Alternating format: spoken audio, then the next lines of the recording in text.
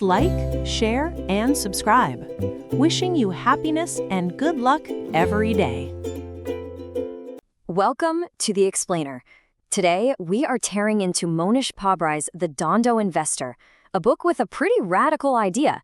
It says that the real path to high returns isn't paved with high risk. Nope, it's the exact opposite.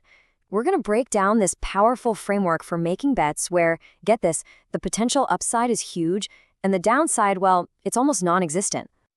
Okay, so let's just dive right in with a puzzle that honestly seems to defy all business logic.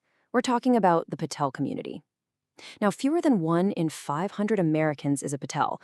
So how did this tiny group manage to dominate an entire industry, eventually owning more than half of all the motels in the country?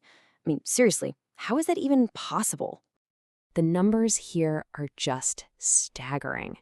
$40 billion. That's the value of the motel assets the Patel community built up from basically nothing in just a couple of decades. They came to the U.S. as refugees with every single odds stacked against them, and today, their businesses employ nearly 1 million people. The book argues there's a single, one-word explanation for this incredible success story. So here's how we're going to tackle this. First, we'll crack open that Patel motel mystery. Then, we're going to dig into the core philosophy behind it, something called Dhandho, and its 9 guiding principles. After that, we'll see how some legendary investors have used this exact playbook. And finally, we'll talk about how you can make this mindset your own investing superpower. First up, let's take a closer look at this incredible story, because it's not just some business case study, it's the foundation for the entire Dhandho framework. You have to picture the scene. The Patels arrived in the U.S. during a major crisis in the 1970s. You had the oil embargo, a deep recession, people just weren't traveling as much. For all the mom-and-pop motel owners out there, it was an absolute disaster. Occupancy rates were plummeting, banks were foreclosing left and right, but where everyone else saw a crisis, the Patels saw a once-in-a-lifetime opportunity. And their method? It was so simple, it was brilliant. First, they'd buy a struggling motel, often with a tiny down payment. This kept their upfront risk super low. Second, the entire family would move in and live on site. Boom! That immediately eliminated their biggest personal expense, rent. That was a huge advantage. Third, the family became the staff. They worked the front desk, they cleaned the rooms, they did the laundry, which slashed their single biggest business expense, labor, to basically zero. And because their costs were rock bottom, they could do step 4, offer the absolute lowest rates in town and still make a profit, which kept the rooms full. And finally, they lived incredibly frugally, saved every penny, and poured it all into buying the next motel. They just kept running that same simple playbook over and over again. So, here's the crucial point. This wasn't just about hard work. This was a specific wealth-creating philosophy, a deeply ingrained way of thinking about minimizing risk while maximizing reward. And it has a name. And that one word is Dhandho. Dhan comes from the Sanskrit word for wealth. So Dhandho literally means the endeavors that create wealth. But it's not just about any old business. The Patel approach reveals what it's really about. It's making bets where the risk is practically zero, but the potential rewards are absolutely stunning. This one simple phrase is the absolute core mantra of the Dhandho framework. Every single decision gets filtered through this lens.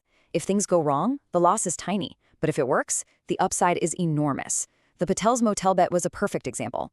What was their downside? Losing a small $5,000 down payment. The upside? A business that could spit out $15,000 in cash year after year. It was a completely lopsided bet, stacked heavily in their favor. And this just shows you how Dhandho completely flips conventional wisdom on its head, right? We're all taught that to get high returns, you have to take on high risk. Dhandho says, nope, you've got it backwards. The best opportunities are low risk, high return. It's about looking for simple, stable businesses, not chasing the latest, fast-changing thing. And you don't need complex spreadsheets, just some powerful back-of-the-envelope logic. All right, let's get into the nitty-gritty. Let's see how this philosophy breaks down into 9 clear, actionable principles that make up the entire Dhandho blueprint. The first 3 principles are all about finding the right hunting ground. First, don't start from scratch. Buy an existing business. It's way less risky. Second, stick to simple businesses you actually understand. Things that don't change much. Change is the enemy of a good investment. Stability is your best friend. And third, you want to look for distress. The absolute best time to buy is when a business or even a whole industry is hated, unloved, and on sale for cheap. And look, this isn't some new, crazy idea. The book points to legends like Warren Buffett, whose wisdom lines up perfectly. This famous quote, "It is the very soul of buying distressed assets." The Patels might not have been reading Buffett, but they understood this in their bones. The best deals are always found when everyone else is panicking. Okay, so once you know where to look, these next principles tell you what to look for. You want a business with a moat, a durable advantage that protects it, like the Patel's ultra-low costs.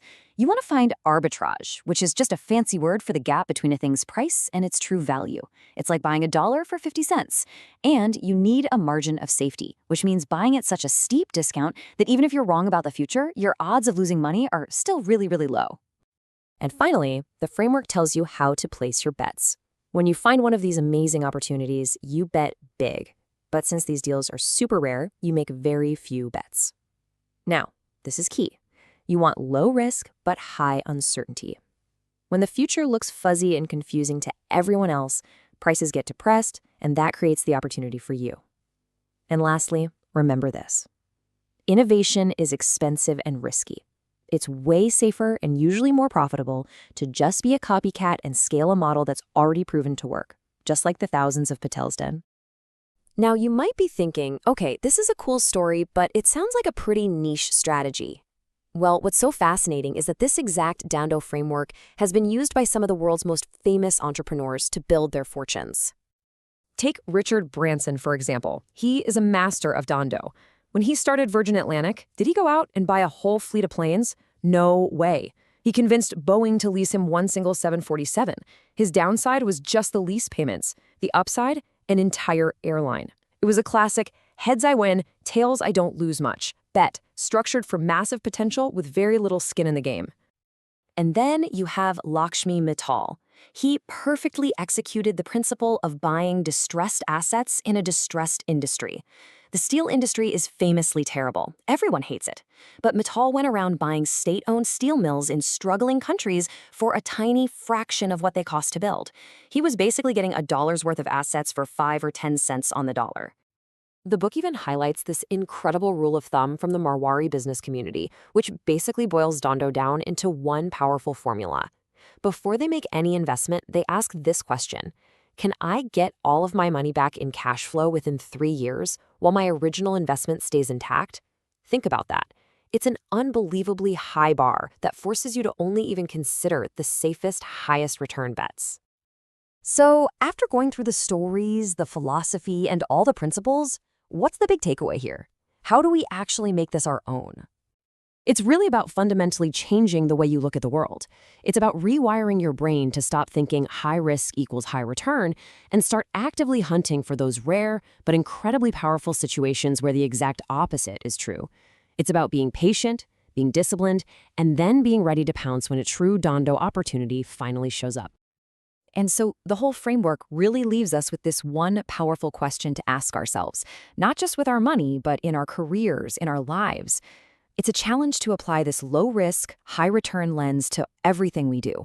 So look around. Where are the asymmetric bets hiding in plain sight? That's the Dhandho challenge. Welcome to The Explainer. Today, we're diving into an absolutely fascinating business story. It's a true underdog tale, really, about how a small group of refugees built a multi-billion-dollar empire from absolutely nothing. So let's just start with this number, 50%. What if I told you that a staggering 50% of all the motels in the entire United States are owned by just one single tight-knit community, the Patels? Now, to put that into perspective, Patels make up less than 0.2% of the American population. That's less than 1 in 500 people. It's just mind-boggling. So you have to ask, right? How did this community, who arrived here as refugees with almost nothing just a few decades ago, manage to build a $40 billion hospitality empire? Well, the answer comes down to a one-word secret weapon. But to really understand their success, we've got to go back in time. We have to look at this dramatic and frankly brutal reversal of fortune that was actually centuries in the making. So for centuries, the Patels were these respected landlords, or patidars, in Gujarat, India. They were known for being great at business. Then, in the early 20th century, a lot of them migrated to Uganda, and through just pure entrepreneurial spirit, they became incredibly successful. But then in 1972, it all came crashing down. The dictator, Idi Amin, he violently expelled them, seized their businesses, their homes, everything they'd worked for, with zero compensation. They were forced to flee, and a few thousand of these families ended up in the United States, arriving with little more than the clothes on their backs. And from that really, really handicapped beginning, with all the odds completely stacked against them, they didn't just survive. No, they thrived. And they did it by using this powerful, almost counterintuitive business framework that had been a part of their culture for generations. Now, this is where it gets really interesting, because their approach completely defies conventional wisdom. I mean, we're all taught the Wall Street mantra, right? If you want high returns, you gotta take on high risk. But the Patel's framework, which is called Dhandho, it just flips that whole idea completely on its head. It is all about finding high returns in low-risk situations. So Dhandho is a Gujarati word. Dhan means wealth, so it literally translates to endeavors that create wealth. But it's so much more than that. The core principle, the very soul of Dhandho, is this relentless focus on minimizing your risk first, while still making sure you're maximizing your potential reward. So how does this actually work in the real world? This isn't just some abstract theory. Let's walk through the story of a hypothetical Papa Patel arriving in America back in 1973, and we can see this Dhandho playbook in action. Okay, so here's the brilliant 4-step playbook. Step 1, remember, the early 70s had a recession, so you could find struggling motels for sale at rock-bottom prices. So Papa Patel buys one for, say, $50,000 with just a $5,000 down payment. Step 2, and this is key, the family moves into a couple of rooms in the motel. Boom, right there, they've just eliminated their biggest personal expense, housing. Step 3, the entire family becomes the staff. They run the front desk, clean the rooms, do the laundry, slashing operating costs to pretty much zero. And what's the result of all this? You become the undeniable low-cost leader in town, which means you can offer the cheapest rates and still be incredibly profitable. And this quote, this just perfectly illustrates the mindset. It's from Dayabai Patel, one of the actual pioneers, and it sums it all up. It wasn't just about saving a few bucks. It was this total commitment to do whatever it took, wearing every single hat yourself, to keep costs at an absolute minimum. Okay, so let's move on and see how this strategy takes a simple business purchase and turns it into this incredibly attractive, low-risk, high-return bet. I mean, this is where the real magic of Dhandho shines through. The entire investment thesis, really the heart and soul of the Dhandho philosophy, can be summed up in this one powerful phrase. It's all about finding these opportunities where the upside is just massive, but the downside, if things go wrong, it's small, it's manageable. And the numbers, they're just astounding. For our Papa Patel, that initial investment of just $5,000 could generate $20,000 a year in free cash flow and paying down the loan. That's a stunning 400% annual return on his invested capital. But what about the risk, right? What if it fails? Well, this is the beauty of the whole strategy. The downside is remarkably limited. The bank is actually incentivized to help you succeed because they know no one on earth can run that motel cheaper than you. And here's the real kicker, the ace up his sleeve. In the absolute worst-case scenario, Papa Patel and his wife could just go work minimum wage jobs and earn back that initial $5,000 in just a couple of years. So when you really look at the probabilities, it becomes an absolute no-brainer. You've got this overwhelmingly high chance, let's call it 90%, of getting a massive return of 200 to 400% a year. And there's only a tiny 10% chance of losing a small, and this is the most important part, a recoverable amount of money. This right here, this is what a low-risk, high-return Dhandho bet looks like in the real world. Now, a winning formula like this, it's not just a one-time thing. It's a recipe for explosive, exponential growth. It creates this incredibly powerful snowball effect. The strategy was so simple and so powerful. The huge cash flow from that first successful motel, it wasn't spent on fancy cars or a big house. No, it was immediately reinvested to buy a second motel, and then a third. And they'd often bring relatives over from India, hand them the keys and the playbook, and just repeat the process all over again. So, after they had pretty much cornered the budget motel market, the Patels took their proven Dhandho model and started applying it to other businesses. Basically, any business where a low-cost operator could get an unbeatable competitive advantage. They moved into higher-end hotels, gas stations, Dunkin' Donuts franchises, 7-Eleven convenience stores, just replicating their success across all these different industries. It is just a perfect real-world example of that snowball effect. A simple, repeatable process that starts out small, but as it gathers momentum and capital, it just grows into something absolutely enormous and frankly unstoppable. So the story of the Patels and the Dhandho framework, it's more than just a business case study. It's really a powerful way of thinking, and it leaves us with a final, kind of provocative question to consider in our own lives and our own investments. Where are we overlooking those simple, unglamorous opportunities that offer a huge upside with very little downside? Where is our heads I win, tails I don't lose much bet? So, what if you could make an investment where if you're right, you win big, but if you're wrong, you barely lose anything at all? It sounds kind of like a cheat code for investing, right? Well, it's the core of a really powerful philosophy called Dhandho. And today we're going to see it in action through the incredible, true story of Manilal Chaudhary, a guy who showed up in America with literally nothing and used this exact principle to build a multi-million-dollar empire from scratch. This right here, this one sentence is the entire game. Heads, I win. Tails, I don't lose much. This isn't about wild gambling. It's about hunting down these very specific opportunities where the potential upside is just massive. And the downside? Well, it's tiny. It's all about tilting the odds so far in your favor that it's actually hard not to win in the long run. We're about to see exactly how Manil put this powerful idea into practice. So here's how we're going to break his journey down. First, we'll look at the sheer hustle when he first arrived. Then, how he and his family scraped together capital, brick by painful brick.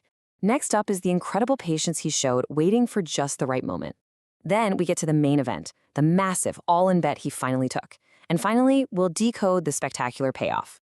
All right, let's dive right into part one, the immigrant's hustle. Manilal's story kicks off in 1991. He arrives in the United States from Gujarat, India, with his wife and kids.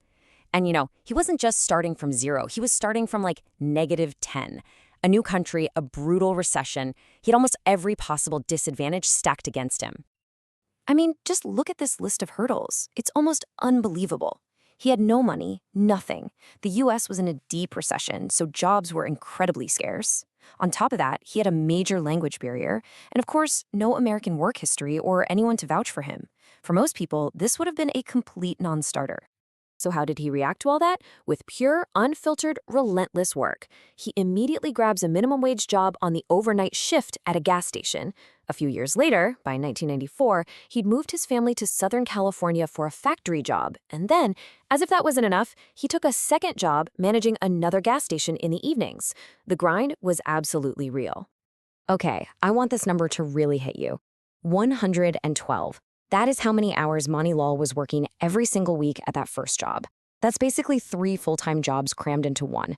This isn't just hard work. This is an almost superhuman level of commitment to just trying to get a foothold. But that kind of insane grind, it brings in an income. But an income by itself doesn't create wealth.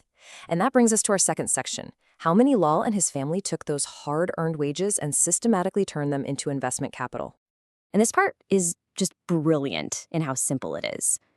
The 4 Chaudhary sibling families, who were all in the US by then, made a pact. They pooled everything together. Each family kicked in $500 a month to a shared account. And they used that growing pile of cash to make down payments, first on a house to live in, and later for their business. They lived incredibly simple, modest lives to make it all happen. So, by 1998, after years of this intense saving, they built up a pretty respectable nest egg. Now came the hard part, finding the right investment. And this is where most people get impatient and mess up. But this is where Manilal's discipline really, really shone. For 3 full years, he was on the hunt. He looked at everything, gas stations, liquor stores, laundromats, you name it. But none of them fit his core principle, that heads I win, tails I don't lose much idea. So he did the absolute hardest thing you can do in that situation. He waited. He just kept working 2 jobs, kept saving, and patiently scanned the horizon for a true Dhandho opportunity. And then, a national tragedy created a once-in-a-generation opportunity. After the 9/11 attacks, the entire travel industry just fell off a cliff. People were terrified to fly, and tourism basically stopped overnight. Because of that, motel occupancy rates plummeted, and owners were getting desperate to sell. The whole industry was on its knees. For Manilal, this was it. This was the signal he'd been waiting for. This brings us to the moment of truth in our story, the all-in bet. Manila found a fantastic Best Western motel in Moreno Valley, California, and it was for sale at a seriously depressed price. It was time to make his move. Okay, so let's break down the math on this deal, because this is where it gets crazy. The motel was listed for $4.5 million, which needed a massive $1.4 million down payment. After all those years of saving, the Chaudhary family had scraped together $225,000 in cash, and they could pull another $125,000 by borrowing against their house. So that's $350,000. It was literally every penny they had, and they were still over $1 million short. Now, this is the point where most of us would have just walked away, but Manilal didn't see the gap, he saw the deal. He tapped into his network and brought in 4 other investors to raise the rest of that $1 million. In exchange for their money, Manilal's family got a 25% ownership stake and, this is the crucial part, full control over running the motel. His investors weren't just betting on a piece of property, they were betting on him. So the deal gets done. Manila quits his factory job and starts running this motel full-time. Now for the really exciting part, let's decode the payoff. What actually happened after they took this huge but very calculated risk? The results were just staggering. In only 4 years, as the travel industry slowly recovered, and with Manilal's sharp management, the motel's market value more than doubled. It jumped from that $4.5 million purchase price to over $9 million. I mean, that alone is a massive home run, but honestly, that's just scratching the surface. Because the real magic, the true power of this Dhandho bet, was the return on their actual invested cash. The annualized return on that total $1.4 million of equity was a stunning 48%. Let me put that in perspective for you. The stock market on a good year gives you maybe 8–10%. This was nearly 5 times that, compounding year after year. And that 48% annual return shows you the incredible power of leverage.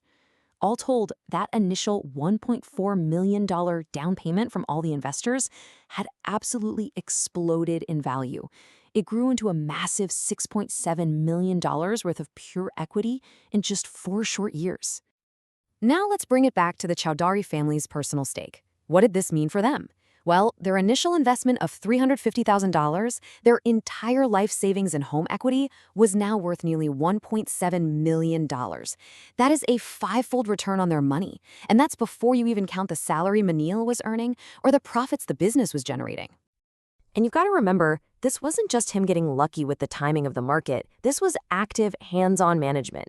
Manilal was in there improving the business. He increased the average occupancy, he raised the average nightly rate, and the result? He added $500,000 to the motel's annual revenue, and a huge chunk of that flowed straight to the bottom line.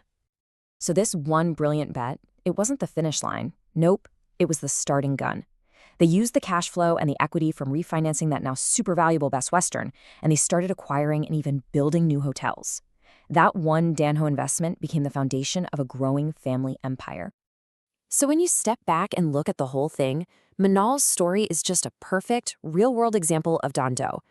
He made very few bets, he didn't chase every shiny object, but when the right deal came along, he bet big. He was incredibly patient, waiting 3 years for that perfect setup. The risk was low because he was buying a great asset for way less than it was worth during a crisis. And the return? Well, the return was legendary.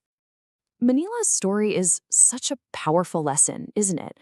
It's about discipline, patience, and having the courage to act when everyone else is afraid. It proves that these extraordinary outcomes are actually possible. And it leaves all of us with a really big question to think about in our own lives. What low-risk, high-return bet is out there just waiting for you? When you think of Richard Branson, what's the first thing that comes to mind? Probably a flamboyant billionaire, right? Launching rockets, kite surfing with models, the whole larger-than-life thing. But what if I told you the real secret behind his entire Virgin empire is a surprisingly cautious, almost ridiculously low-risk strategy? Today, we're going to unpack that exact framework he used, a framework that lets you build big without betting the farm. You know, we're always told this one story. To build something massive, you got to take massive risks. You need huge amounts of capital. That's the myth. The truth, as we're about to see, is that there's a totally different way to play the game. A framework for making bets that have an absolutely enormous upside, but an incredibly small, manageable downside.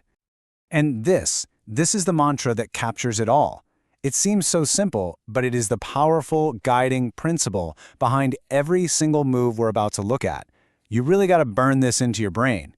Heads, I win. Tails, I don't lose much. So what is this secret weapon? Well, to really get it, we need to solve a little puzzle first. What could a fun-loving English entrepreneur possibly have in common with incredibly frugal, hard-working motel owners from Gujarat, India? The answer, surprisingly, is everything. I mean, on the surface, these two couldn't be more different. You've got Branson, the face of living life to the absolute fullest. And then you have the Patel entrepreneurs, who are legendary for their intense work ethic and saving every penny. But if you look past the style, you'll find that they are both hardcore practitioners of the exact same business philosophy. So what is this powerful framework that connects these two totally opposite worlds? It's a concept called Dhandho. Dhandho is all about finding and making bets that have this asymmetric payoff. See, you're not looking for a 50-50 coin flip. You're hunting for situations where the potential gain is absolutely life-changing, but the potential loss is just a small, manageable setback you can easily walk away from. It's the exact principle the Patels used, buying up undervalued motels that nobody wanted, knowing they could turn them around with sheer hard work, which minimized their real financial downside. And there it is again. See? This is the purest expression of the Dhandho philosophy. Every single decision, every deal, gets filtered through this one lens. If it doesn't fit this model, they just walk away. No emotion, no fuss. Okay, let's dive into maybe the most incredible example of Dhandho in action you'll ever hear. The story of how Richard Branson, a guy from the music industry with zero experience, started an international airline with almost no personal risk. It sounds impossible. So first, let's just establish the barrier to entry here. $200 million. That's roughly what a new 747 jumbo jet costs.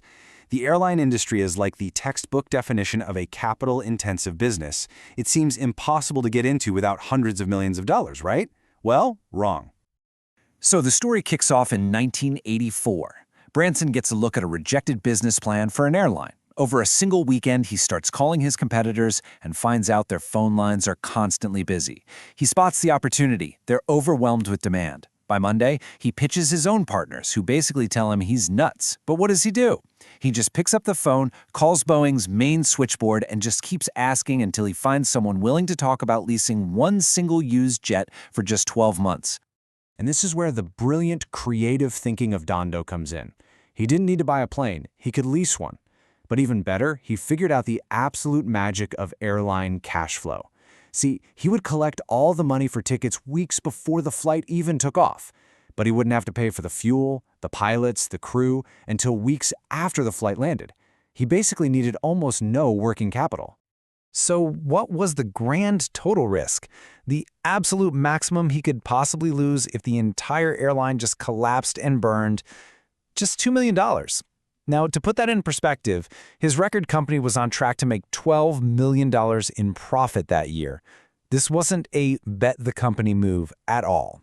It was a calculated, very, very small risk. So the crucial point here is this.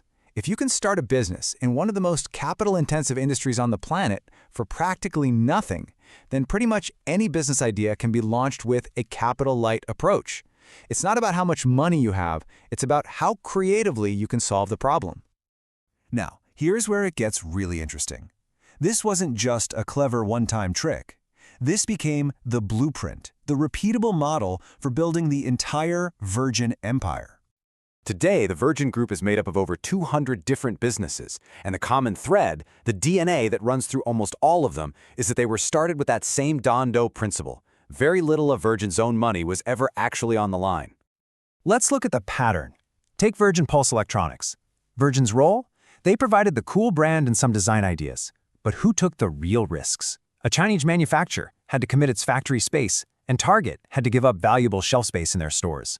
Now, why would they do that? Well, for Target, the Virgin brand brings people into the store. For the manufacturer, it's a huge guaranteed order. It's a win-win, where Virgin has almost no skin in the game. It gets even crazier with Virgin Mobile. Virgin's contribution was branding and marketing aimed at teenagers. Sprint, their partner, provided the entire cell network, the billing systems, the customer service, everything. And Sprint was happy to do it. They had this multi-billion-dollar network that wasn't being fully used. Virgin brought them a whole new market, the youth market, that Sprint was struggling to reach. It filled their network in their pockets, while Virgin's investment was tiny.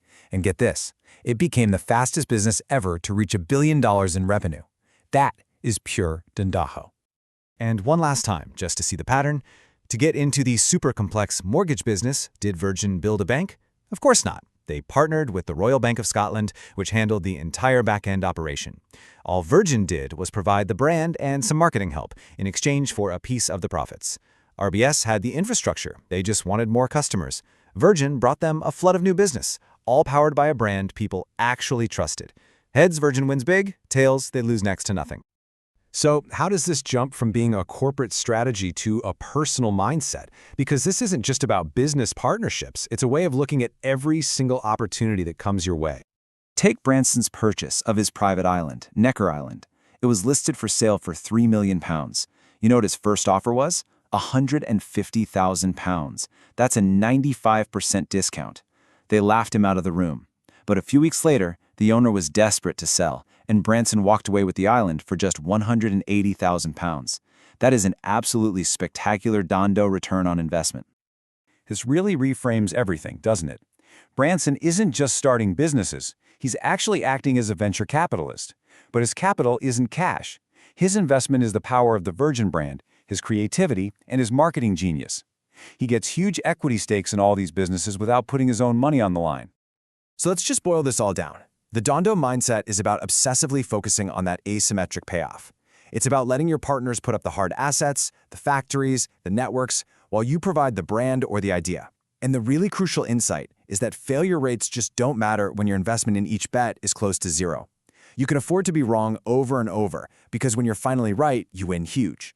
And remember the Patels. They practice the same principle, just with sweat equity and operational skill instead of brand power. The core idea is identical. When you really look at his entire career, from starting an airline to building this global empire of over 200 companies, it can all be distilled down into these two simple but incredibly powerful words, Virgin Dhandho. And that leaves us with a final thought. We all have those big ideas, right? The ones we put on a shelf because we think they're too expensive or too risky. But this framework, it changes the game. So the real question to ask yourself is, how can you apply Dhandho thinking? What impossible idea could you actually launch with minimal risk? Welcome to The Explainer. You know, we're always told that to get big rewards, you have to take big risks. Well, what if I told you that's not exactly true? Today, we're going to break down a really powerful low-risk strategy for building wealth. It's all about making bets where the upside is just enormous, but the downside, it's almost non-existent. Yeah, it's pretty much the exact opposite of those high-risk gambles you hear about in venture capital. This is a framework that has literally created billionaires in some of the worst industries imaginable. All right, so let's start with a bit of a puzzle, one that just seems to defy all business logic. Picture this. It's 2005. The list of the world's wealthiest people, it's a who's who of tech titans, right? Guys who rode these massive waves of innovation. But then, right there at number 3, ahead of the founders of Google, Oracle, and Intel, was a guy named Lakshmi Mittal. And he built his fortune in the brutal, low-margin, super capital-intensive world of steel. I mean, how is that even possible? So you'd think the answer has to be some complex algorithm, right? Or maybe some revolutionary new technology. Nope, the answer is a single, powerful word from India that really just wraps up this unique business philosophy, Dhandho. It simply means endeavors that create wealth, but believe me, how it's applied, well, that's a masterclass in low-risk, high-return investing. Okay. So to really get the power of Dhandho, we first got to understand the worlds these guys were playing in, and they couldn't be more different. I mean, one was a world of massive tailwinds, just pushing fortunes to the moon, and the other, a world of constant, crushing headwinds. This comparison is just fascinating because it shows how different these worlds are. So on one side, you've got a tech model like Microsoft. Just look at that first row. The return on capital is crazy high. You write the code once, you can sell it 1 billion times, and they have huge control over pricing. Now, look at the other side, a steel mill. Return on capital? Historically terrible. Control over pricing? Basically zero. The market dictates everything. You need a ton of cash just to get started, and you're dealing with a heavily unionized workforce. It is, by definition, a tough business. And this quote just perfectly illustrates the brutal environment Lakshmi Mittal chose to compete in. Think about that. While all the smartest people in the world were flocking to these amazing high-margin businesses, Mittal dove headfirst into an industry that was just littered with bankruptcies and financial pain, and yet he came out on top. So how on earth did he pull it off? I'll give you a hint. It wasn't by inventing some new kind of steel. Nope. It was all about perfecting a different kind of playbook. Let's dig into his strategy and see just how he did it. So here's the crucial point. Mittal's genius wasn't really in operations. It was in acquisition. He actively looked for chaos. He looked for businesses that were on the brink of collapse, the ones nobody else wanted. He'd go in, buy these massive, functional assets for a tiny fraction of what they were worth, and then he'd apply his expertise to turn them around. And he just did this over and over and over again. Get this, in Kazakhstan, the government literally handed him the keys to the giant Karmet steelworks for nothing. $0. The plant was bleeding cash, couldn't even pay its workers. Mittal not only took it over, but he also paid all the back wages. The workers, the whole town, they saw him as a savior. And he just repeated this exact pattern all over the globe. Now, to really see this strategy in its most powerful form, we have got to look at the Sabalza mill deal. This is the perfect case study of Dhandho in action. It's just incredible. Okay, first let's just establish the value here. The Mexican government had poured, get this, $2 billion into building this state-of-the-art steel plant. $2 billion with a B, a massive, modern, and incredibly valuable asset. But because the plant was in distress, what did Mittal pay? In 1992, he acquired the whole thing for just $220 million. That's a little over 10 cents on the dollar for a $2 billion asset. See, he wasn't just buying a company, he was literally buying dollar bills for dimes. And this right here, this is the engine that powered his entire multi-billion-dollar empire. It wasn't about competing head-to-head in a fair fight, no way. It was about finding situations so messed up, so distressed, that the fight was already over, and he could just walk in and pick up the prize for practically nothing. Now you might be thinking this is just some random stroke of luck or a strategy that only works for billionaires, but it's not. It's a repeatable framework, and it's rooted in a business culture that has mastered the art of Dhandho for generations, the Marwaris of Rajasthan, India.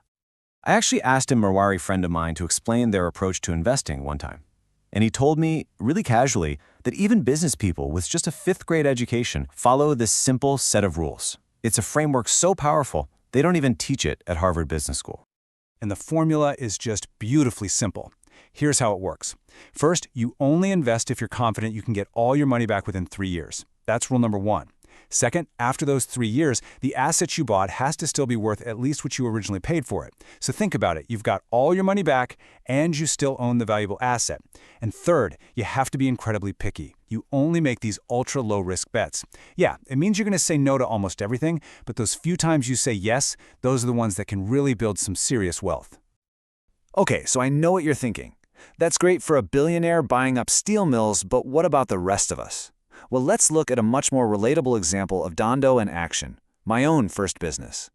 This was the simple idea that guided everything. When I started my company, Transtech, I had basically no money. I had about 30 grand in a retirement account and some credit card limits. That was it. So my downside was totally capped. I mean, worst case, I could lose the 30K, maybe declare personal bankruptcy, and I even had an offer to get my old job back. The downside was tiny. The upside, though? The upside was enormous. I was absolutely determined to take a zero-risk approach. As you can see here, I incorporated back in 1990, but I kept my day job. I worked on my own business in the early mornings, late at night, basically de-risking the whole venture by not betting my livelihood on it from day one. I didn't take that leap and quit my job until I had already locked in over $200,000 in annual revenue. This was not a blind leap of faith. It was a calculated step, and I only took it when the business had proven itself. And from there, we scaled to over $20 million in revenue without ever taking a single dime of outside capital. It was all funded through our own cash flow and a simple line of credit. And here's the Dhandho payoff. That tiny, low-risk bet, my potential loss of just $30,000, turned into a return of well over $4.5 million. That's a 150 times return in 10 years. We're talking an annualized return of over 65%. That's the magic of betting when the odds are just overwhelmingly stacked in your favor.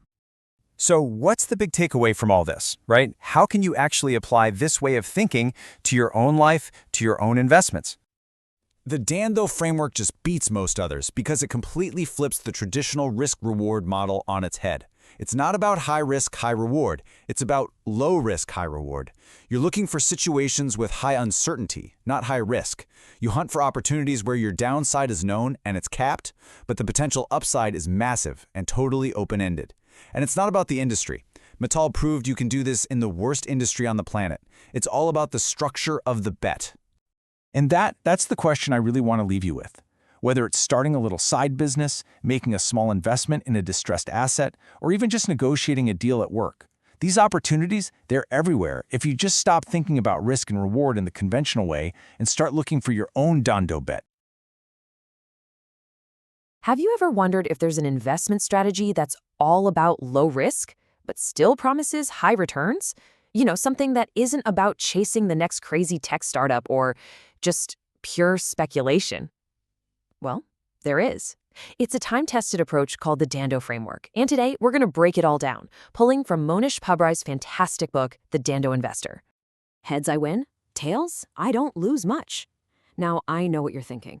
That sounds less like a serious strategy and more like a gambler's dream, right? But this simple phrase is the absolute heart of the Dhandho philosophy. Just imagine making bets where the upside is huge, but if things go south, the losses are tiny, almost insignificant. We're about to show you exactly how that's not just possible, but repeatable. So this word, Dhandho, what is it? Well, it's a Gujarati word, but it's so much more than its definition. It's a whole mindset. Really, it's the secret sauce behind the success of people you've definitely heard of, like Richard Branson, and maybe some you haven't, like the Papa Patels, who methodically and quietly came to dominate the entire U.S. motel industry. So are you ready to get into the nuts and bolts of Dhandho? Here's our game plan. We'll start with a core idea, then we'll show you exactly where to hunt for value. After that, we'll get into how to build an unbeatable advantage, how to place your bets like a pro, and finally, why being a copycat can be the smartest move you'll ever make. Let's get into it. All right, first things first. Let's talk about finding value. This is, without a doubt, the most important part of the whole thing. The entire Dhandho approach lives or dies on this first step, because it's not just about what you buy, it's about where you find it, and, just as importantly, where you know not to even look. Okay, check out these 3 rules. They all point to the same North Star. Play it safe while everyone else is out there taking crazy risks. Dhandho isn't about chasing the next shiny object. So forget that unproven startup. Buy something that already has a track record. Focus on solid, simple businesses. Think motels or laundromats, not the metaverse. And here's the real kicker. You are actively looking for great businesses that the market has, for whatever reason, fallen out of love with. This classic quote from Warren Buffett just perfectly captures the Dhandho spirit. You want to be the person running in to buy when everyone else is panicking and running for the exits. That's exactly how the Patels were able to snag motels for pennies on the dollar during the oil crisis of the 70s. It's how steel magnate Lakshmi Mittal built a global empire. They bought when there was, so to speak, blood in the streets, because that is exactly when things are at their cheapest. So let's say you found a really promising opportunity in one of those distressed industries. What's next? Well, now you've got to build a fortress around it. In the world of investing, we call this an economic moat. Let's dive into how you dig one so deep that no competitor can ever cross it. Look, getting a good deal is great, but it isn't everything. Your business needs a moat to keep the sharks at bay. Think of it like your secret weapon, that one thing you can do that no one else can. For the Patels, their secret weapon was being unbelievably cheap to run.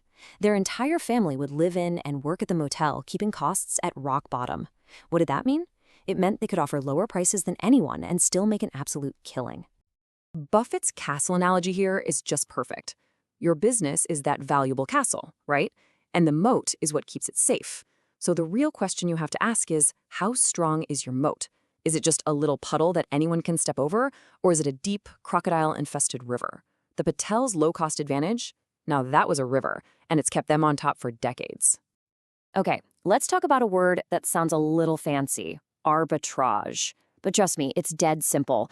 All it means is finding a gap between what something is really worth and what it costs, and then taking advantage of that gap. You can think of it like finding a $20 bill just sitting on the sidewalk. It's practically free money with almost zero risk. And here is a perfect, simple example of arbitrage in action. Imagine you've got two towns, and each one has a barber. Then a brand new town springs up right in the middle, 17 miles from either one. Now, for anyone living in that new town, getting a haircut is a long, annoying drive. That 17-mile gap, that is a gold mine for a smart barber. It's a pure arbitrage opportunity to offer convenience that nobody else can. And here's the beautiful part, how he pulls it off with virtually zero risk. He subleases a cheap space, month to month, so there's no long-term commitment. He keeps his day job and just starts working on weekends, so his income is totally safe. He buys the bare minimum of used equipment, and he only thinks about scaling up after he's proven the demand is there. See what he did? Heads, he builds a brand new, successful business. Tails, he loses almost nothing and just goes back to his old job full-time. That, my friends, is perfect Dhandho. Okay, so you've found a golden opportunity. You've spotted the moat, you've identified the arbitrage. Now, how do you play your hand? This is critical. Let's talk about sizing your bets for the biggest possible impact. I want you to forget everything you've ever heard about not putting all your eggs in one basket. The Dhandho way says you should find a really, really strong basket and then load it up. When you find one of these rare, low-risk, high-reward situations, you don't just dip your toe in the water, you go all in. Charlie Munger's horse racing analogy just nails this concept. You're not supposed to be a gambler throwing money at every horse on the track. No, you're a professional patiently waiting for that one race where, for some reason, the crowd has completely misjudged a clear winner. That's when you bet the farm. In business, it means waiting for that one perfect undervalued company and then making your big move. So what's the big takeaway here? Dhandho isn't about a flurry of activity. It's a patient waiting game. You do your homework, you wait and wait and wait for that perfect pitch, and then you swing for the fences with everything you've got. The mantra is just this simple. Few bets, big bets, infrequent bets. Now, even when you're betting big, you absolutely have to have a safety net. And that's where this concept, the margin of safety, comes in. It's a simple but incredibly powerful idea. You only buy an asset for way, way less than its intrinsic value. That big discount, that's your cushion. It's your buffer against bad luck, miscalculations, you name it. It's what protects your downside. All right, let's bring this all home. We're going to tie all these ideas together and reveal the last two principles of the Dhandho mindset. And honestly, these might be the most surprising ones of all. This right here highlights a crucial difference that most people just completely miss. See, the market is absolutely terrified of uncertainty, which is really just a fancy way of saying we don't know exactly what's going to happen. But here's the thing, uncertainty is not the same as risk. Risk is the real, tangible chance of losing your capital. A Dhandho investor actively looks for situations where the future is cloudy, because that's what makes things cheap, but the actual chance of losing money is very, very low. And that brings us right back full circle to our mantra. Heads, I win. Tails, I don't lose much. This is the magic formula. You're looking for those special opportunities where the absolute worst-case scenario is basically a scratch, but the best-case scenario is a grand slam home run. The market's fear of the unknown is what creates this incredible opportunity for you. Okay, here's a thought that might just blow your mind. It is better to be a copycat than to be an innovator. Yeah, I said it. In a world that is completely obsessed with the next big thing, Dhandho teaches us that it's much, much smarter to just copy what already works. Why? Because true groundbreaking innovation is an incredibly high-stakes, all-or-nothing gamble.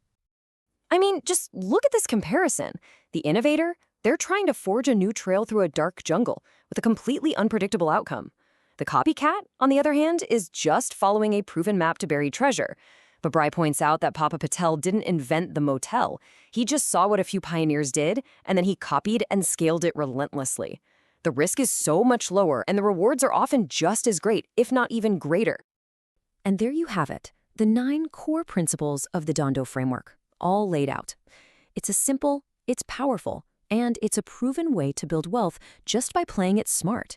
It's not about taking wild, unnecessary risks. It's about patiently waiting for those rare moments where the odds are just overwhelmingly stacked in your favor. And that brings us to the end. So I'll leave you with this one question to really think about. If you apply this framework to your own world, to your own industry, what is that low risk, high uncertainty opportunity, that mispriced gamble, that arbitrage spread that everyone else is too scared, too distracted, or just too focused on innovation to even see? All right, welcome. Today, we're diving into a really powerful idea from the Dhandho investor that, honestly, could completely change the way you think about building wealth. It's all about a smarter way to own a business, and it's probably not what you're picturing. It really challenges that classic image of what it means to be an entrepreneur. Okay, so let's just start with a big question, right? If you wanted to own a business, what's the very first thing that pops into your head? For most of us, it's a very specific story, a familiar path of starting from scratch or maybe buying a local shop. But here's the thing, is that really the best way to do it? You know, for most people, the picture that comes to mind is that classic hands-on approach. We think of incredible stories like Papa Patel, who bought a motel and, through just sheer grit and the hard work of his entire family, turned it into a huge success. And look, that story is absolutely admirable. But is it the only way? But what if there's another path? One that's less about the 24/7 grind and more about smart, strategic ownership. This is exactly where the Dhandho way comes in. And believe me, it is a total game changer. It's about getting to the same goal, owning a business, but through a completely different, and you could argue, a much, much better method. So, first things first, we have to completely reframe what a stock actually is. It is not just some ticker symbol with a price that wiggles up and down all day. As the great Benjamin Graham taught us, a stock is literally an ownership stake in a real, living, breathing business. If Papa Patel's motel was a public company, buying one share would make you a part owner. You'd be his partner. That mental shift right there, that's everything. And this slide just lays it out perfectly, doesn't it? On one side, you have the Papa Patel way, buying the whole thing. That means serious heavy lifting, a ton of capital, and the all-consuming job of running it yourself. Then, on the other side, you have the Dhandho way, buying just a piece of a business that's already staffed, already running, with the freedom to start with whatever you have and sell in a heartbeat. The difference is just, it's night and day. So this Dhandho way of owning businesses through the stock market, well, it gives you 6 incredible advantages over that traditional path. And these aren't just little perks, okay? They fundamentally change the entire risk-reward equation completely in your favor. Let's walk through each one. Advantage number 1 is a big one. No heavy lifting. We all admire the incredible hard work of entrepreneurs like Papa Patel. But the Dhandho way lets you get the rewards of ownership, the profits, the growth, without any of the backbreaking labor. You don't have to manage payroll, you don't have to deal with angry customers, and you definitely don't have to fix the plumbing at 3 in the morning. Now, advantage number 2. This is amazing when you stop and think about it. The stock market is this incredible wealth creation machine that's accessible to pretty much everyone. I mean, think about it. It's a system that's been built and refined for centuries. You get to choose a business you like, buy a piece of it, let a whole team of professionals run it for you, and then sell it whenever you want. It's a system that's been designed for you. Okay, advantage number 3 is where the real magic happens. Unlike a private business sale, which is usually a pretty rational negotiation between two people, the stock market can be, well, emotional. Mass fear and greed can create this huge gap between what a business is actually worth and what its stock is selling for. And that gap, my friends, is where you find the incredible bargains. You know who put this perfectly? The brilliant Charlie Munger. He compared the stock market to a horse race. The odds, or the prices, are set by what the crowd is betting on. And sometimes, the crowd gets it totally wrong about a fantastic horse. And that's your chance to place a very smart bet when the odds are stacked way in your favor. So what's the price of admission to this game? That's advantage number 4. Unlike buying a whole motel, which would require a massive down payment, you can literally get started with $50. You can own a piece of a world-class global company with the cash you have in your wallet right now. It's incredible. And then there's advantage number 5, the sheer choice you have. When you buy a private business, you're pretty much limited to what's for sale in your town, right? With the stock market, you have a global menu of over 100,000 businesses to pick from, in every single industry you can possibly imagine. The universe of possibilities is just vast. And finally, let's talk about something that might sound boring, but is actually huge: costs. As you can see right here, buying a private business comes with all these frictional fees. You got brokers, lawyers, accountants. It adds up. In the stock market, those costs are tiny, a fraction of a percent. That efficiency is another massive advantage that quietly works for you year after year. Okay, so let's put it all together. You've got no heavy lifting, a system that's open to everyone, the chance to find amazing bargains, super low capital to start, a massive selection, and ultra-low costs. So what do you get when you combine all of that? You get the Dhandho edge. What it means is that you have this incredibly powerful and accessible path to building real wealth. By owning pieces of great public companies that you've carefully selected, you're using this Dhandho framework to its full potential. You get all the upsides of being a business owner with almost none of the traditional painful drawbacks. It really is just a smarter way to do it. So really, it all comes down to this. This machine for business ownership is right there at your fingertips. It's more accessible, more powerful, and cheaper to use than ever before in human history. You have a direct line to owning a piece of the best companies in the world. The only question left is, when are you going to turn it on? You know, when it comes to investing, we're often told that complexity is the name of the game, that you need these intricate models and sophisticated strategies. But what if the smartest move you could possibly make is actually the simplest one? Today, we're going to explore an investment philosophy that finds pure genius in keeping things simple. All right, here's our game plan. First, we're going to tackle that huge question, what's a business really worth? Then we'll test out the classic formula on a simple gas station before we see how it all kind of falls apart with a real-world puzzle. And that's going to lead us right to the Dhandho solution, why it's so smart to keep things simple, and finally, a really powerful test you can use for your own investments. Okay, so first things first.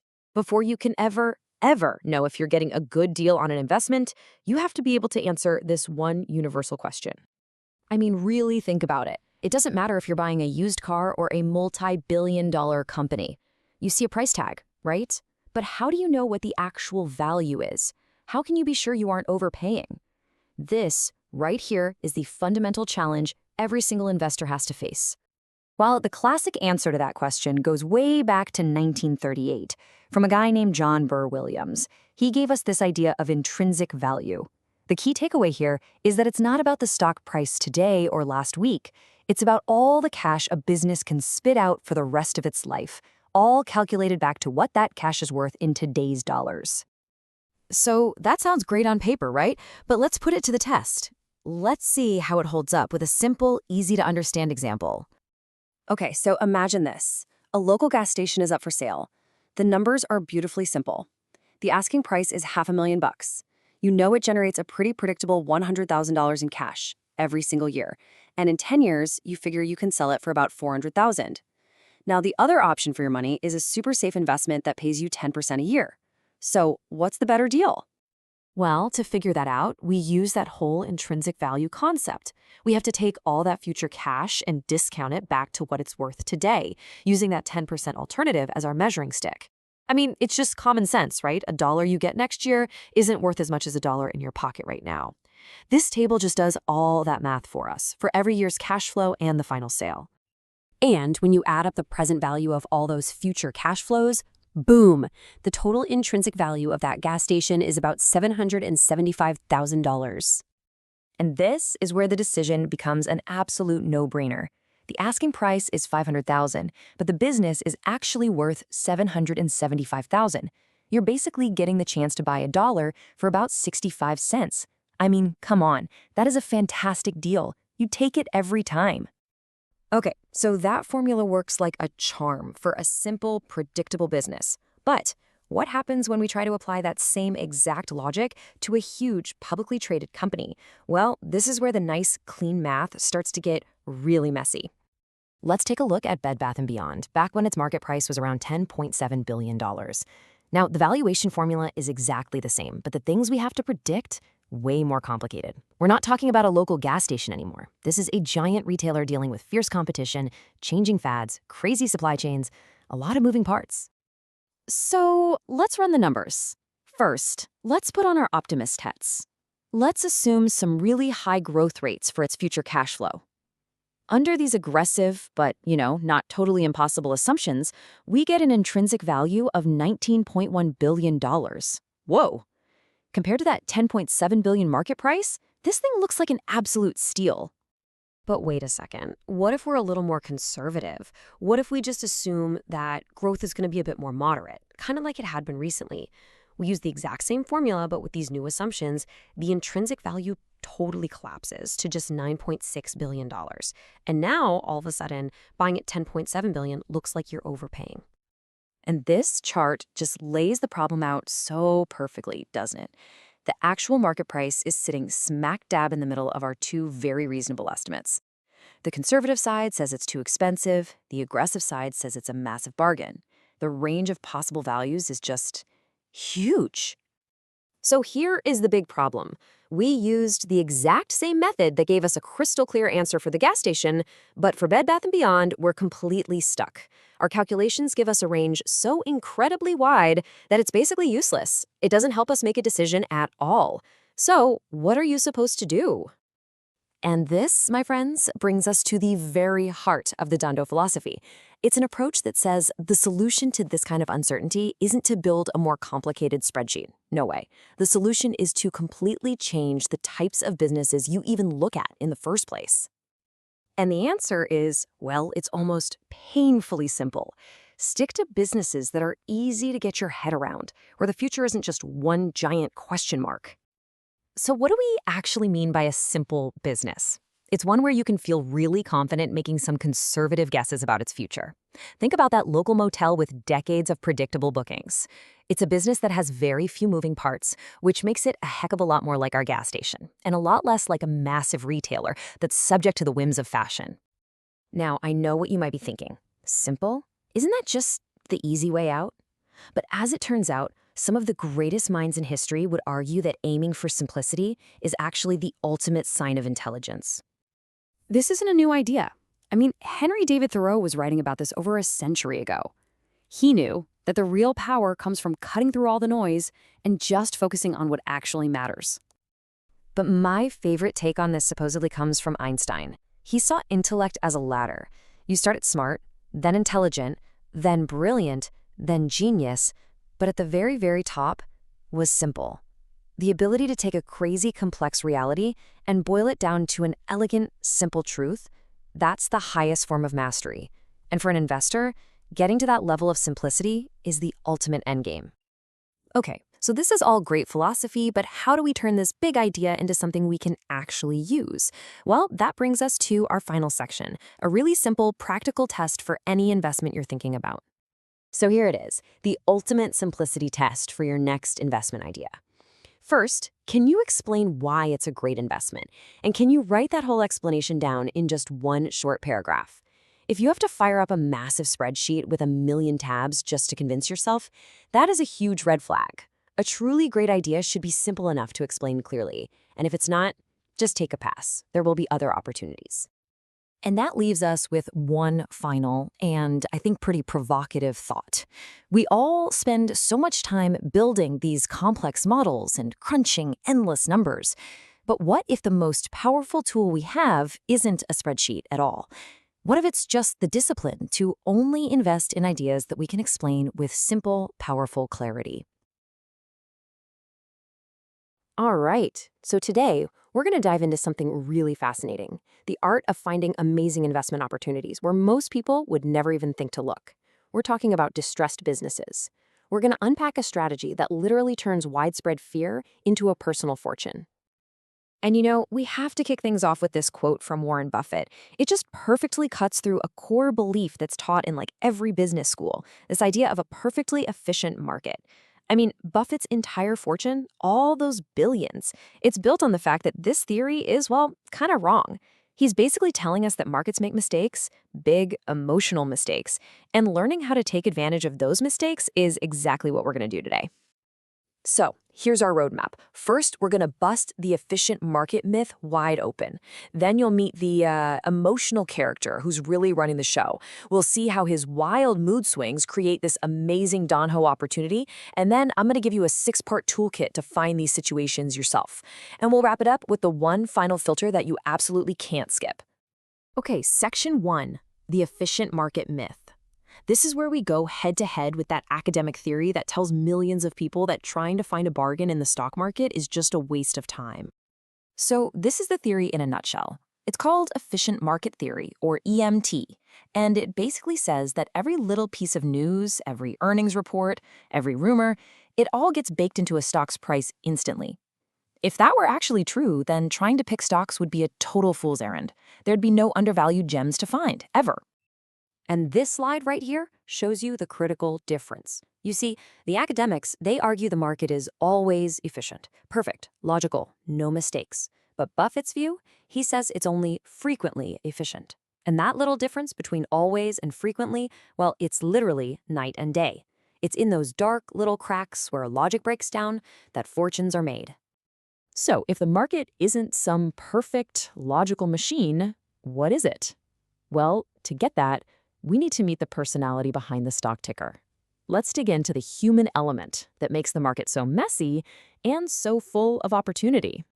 Which leads us to this big question, right? If it's not pure logic and perfect information moving the needle, then what in the world is causing prices to swing so wildly, up and down every single day? Well, the answer comes from another investing giant, Benjamin Graham. He came up with this brilliant way to think about it. He said, look, don't imagine the stock market is this faceless thing. Imagine it's a person, your business partner, and his name is Mr. Market. And let me tell you, this Mr. Market is, well, he's not the most stable guy. He's hyperactive, he's incredibly moody. Some days he's just euphoric, totally driven by greed, and he'll offer you these ridiculously high prices for your shares. But on other days, he's terrified, consumed by fear, and he'll basically beg you to take his shares for pennies on the dollar. The key thing to remember is that his price has almost nothing to do with the real long-term value of the business. It's all about his mood on that particular day. And this brings us right to the heart of the Dhandho strategy. See, Dhandho is all about creating wealth. And in this world, it's not about being smarter than a supercomputer. Nope. It's about having the patience to wait for your moody business partner to have a really, really bad day. And this just nails the central idea. When Mr. Market is panicking, when bad news is all over the place and everyone is selling, he doesn't stop to think. He just throws everything out, the good, the bad, all of it. And that's when a calm, rational investor can step in and buy wonderful businesses at prices that make absolutely no logical sense. And hey, this is not just some theory. Check out these real-world examples. You've got Papa Patel, who started buying motels when the travel industry was in a complete panic after 9/11. Or Manila Lamitel, who dove into the steel industry when it was just riddled with bankruptcies. What did they all have in common? They recognized that Mr. Market was so scared of an entire industry that he was willing to sell off incredibly valuable assets for way, way less than they were actually worth. Okay, so we get the what and the why. Now let's get to the how. Time to get practical.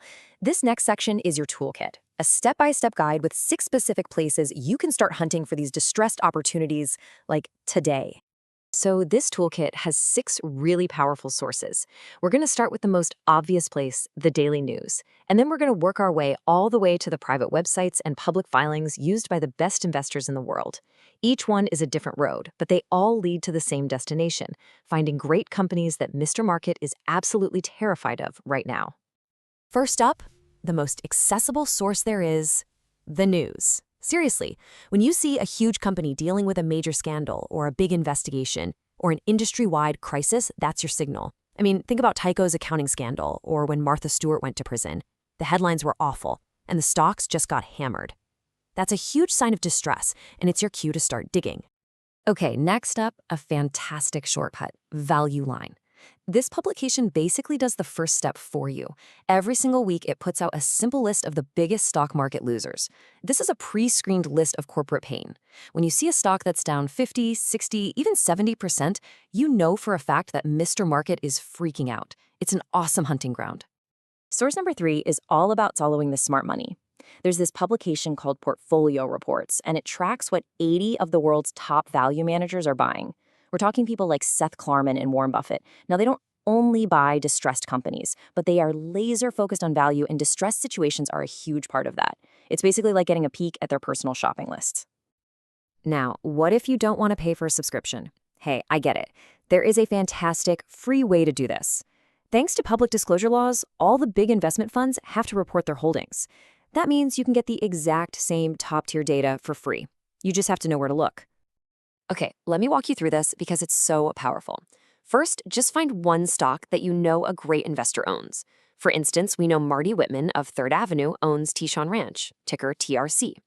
So you go to NASDAQ.com, you type in TRC.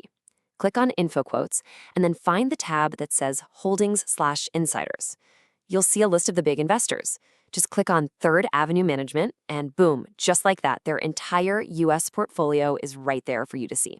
It's an incredible free tool. Source number 5 is the Value Investors Club. This is a site started by the legendary investor Joel Greenblatt. It's an exclusive club where members post their best investment ideas. And get this, to make sure the ideas are top-notch, the site gives away a $5,000 prize every single week for the best pitch. You can read all of these high-quality ideas for free after just a short delay. It's an absolute goldmine of information. And our last tool, also from Joel Greenblatt, is the Magic Formula. His book, The Little Book That Beats the Market, and the free website that comes with it pump out lists of companies that are both high quality and cheap. And guess what? A huge number of the companies that pop up on those lists are going through some kind of distress, which makes it another perfect place to start your research. Okay, let's bring it all home with our final and honestly probably the most important section.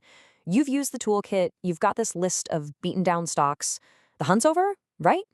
Nope, wrong. The real analysis is just getting started. So you're looking at this long list of potential bargains, and the temptation is just to start buying, right? But should you? No, absolutely not. This is where the last, most crucial step comes into play. This final filter is everything. It's your circle of competence. You need to go through that list and be absolutely ruthless. If you can't explain what a business does and how it makes money in one simple sentence, cross it off. If it's in some super complex industry you know nothing about, cross it off. The goal here isn't to find dozens of companies. It's to shrink that list down to just a tiny handful of simple businesses under distress that you can really understand and analyze deeply. And that leaves us with one final thought to take with you. Using the tools and the mindset that we just talked about, I want you to take a look at the world around you right now. Ask yourself this: where is the fear today? Which businesses, which industries is our moody friend Mr. Market just completely pessimistic about right now? Because the answer to that question, well, that could be where you find your next great investment. You know, it's funny. Have you ever looked at the business world and wondered why some companies seem to stick around forever, while others that were once on top of the world just fade away? What is that secret sauce? What separates the legends from the flashes in the pan?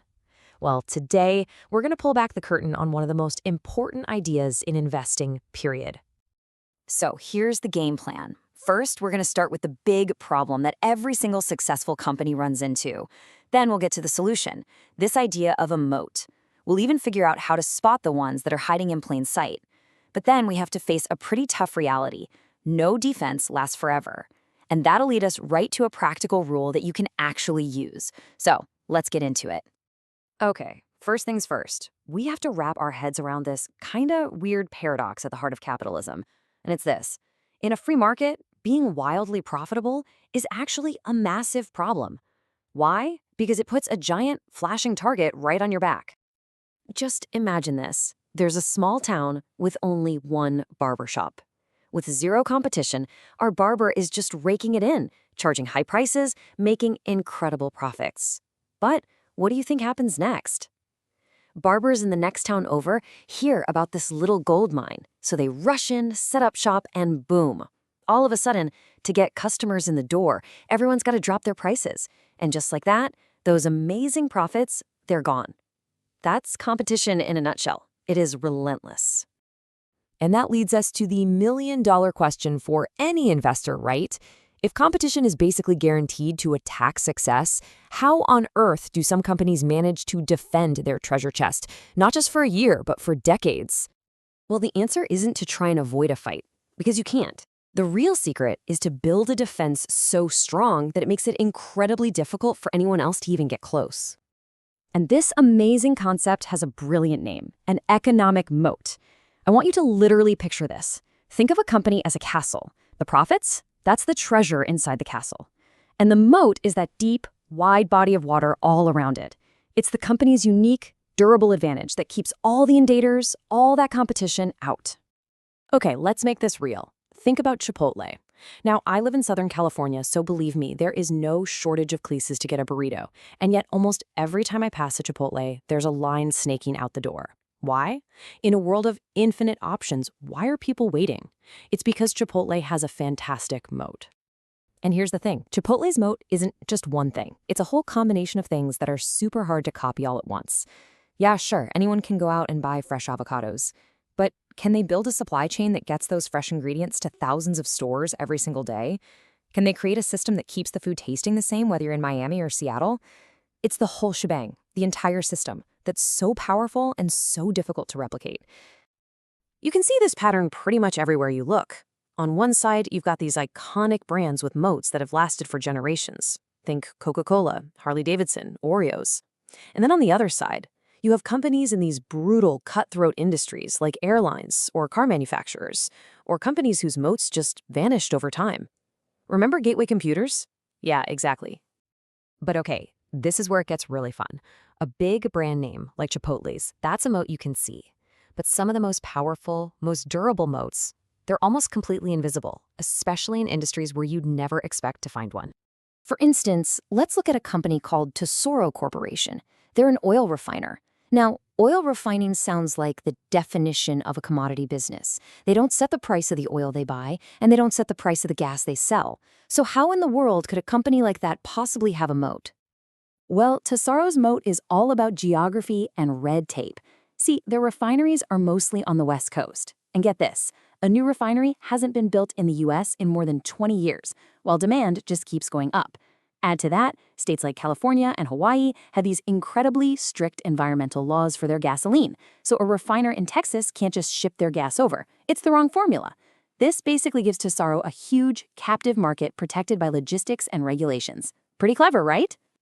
So that leads to a really important question. If the moat is hidden away in some complex regulations, how is an investor supposed to spot it? Well, you might not be able to see it with your eyes, but you can definitely see its effects somewhere else.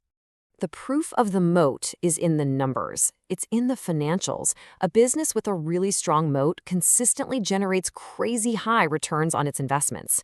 Let's go back to that single Chipotle store. It costs about $700,000 to build one, but it kicks off around $250,000 a year in cash. That's a return of about 35%. Numbers like that don't happen by accident. They are screaming at you that there is a powerful moat protecting that castle. Now, it'd be great if we could just find a company with a killer moat, buy the stock, and just hold it forever. But history teaches us a much more sobering lesson, and that is every single castle, no matter how strong, eventually falls. I really want you to let this quote from Charlie Munger sink in. Think about it. The 50 most important, most dominant companies in America in 1911, the absolute titans of industry. Of those 50, only one was still around a century later. That is just how powerful and destructive competition is over the long haul. And that really hammers the point home. There is no such thing as a permanent moat. It's almost impossible for us to imagine right now, but the giants of our day, Google, Microsoft, Toyota, you name it, they will all eventually fall. And this isn't just a cool analogy about castles. There's cold, hard data that shows just how short a company's time at the top really is. Take a good look at this number, 40 to 50 years. Just think for a second. What could this number possibly represent when we're talking about the biggest and best companies in the world? It's not the CEO's age. It's something much, much more dramatic. That's right. That is the average life expectancy of a company once it makes the Fortune 500 list. And here's the real kicker. Since it can take a company 25 or 30 years just to get big enough to make the list in the first place, that means by the time we're celebrating it as a blue-chip stock, it's often already well past its prime. Its best days are probably already in the rearview mirror. So you see the dilemma, right? As investors, we have to find these businesses with durable moats. But we also have to accept the fact that no moat is going to last forever. So how do we deal with this when we're trying to figure out what a business is actually worth? The trick is to just be realistic about it. We have to bake this unavoidable fact of life and death for companies right into how we invest. So how should you do it? How do you value a great company knowing its fortress won't stand for all time? Here's a super practical rule of thumb that can help. When you're trying to forecast a company's future profits to figure out its value, just stop at 10 years. Don't try to project any further out. Why? Because the world just changes way too fast. And then, at the end of that decade, when you're estimating what you could sell the business for, be conservative. Use a multiple of no more than 15 times its cash flow. That's the kind of price a smart buyer would pay for a good, solid company, not some high-flying rocket ship. This whole process builds in a vital margin of safety against the fact that that moat will eventually erode.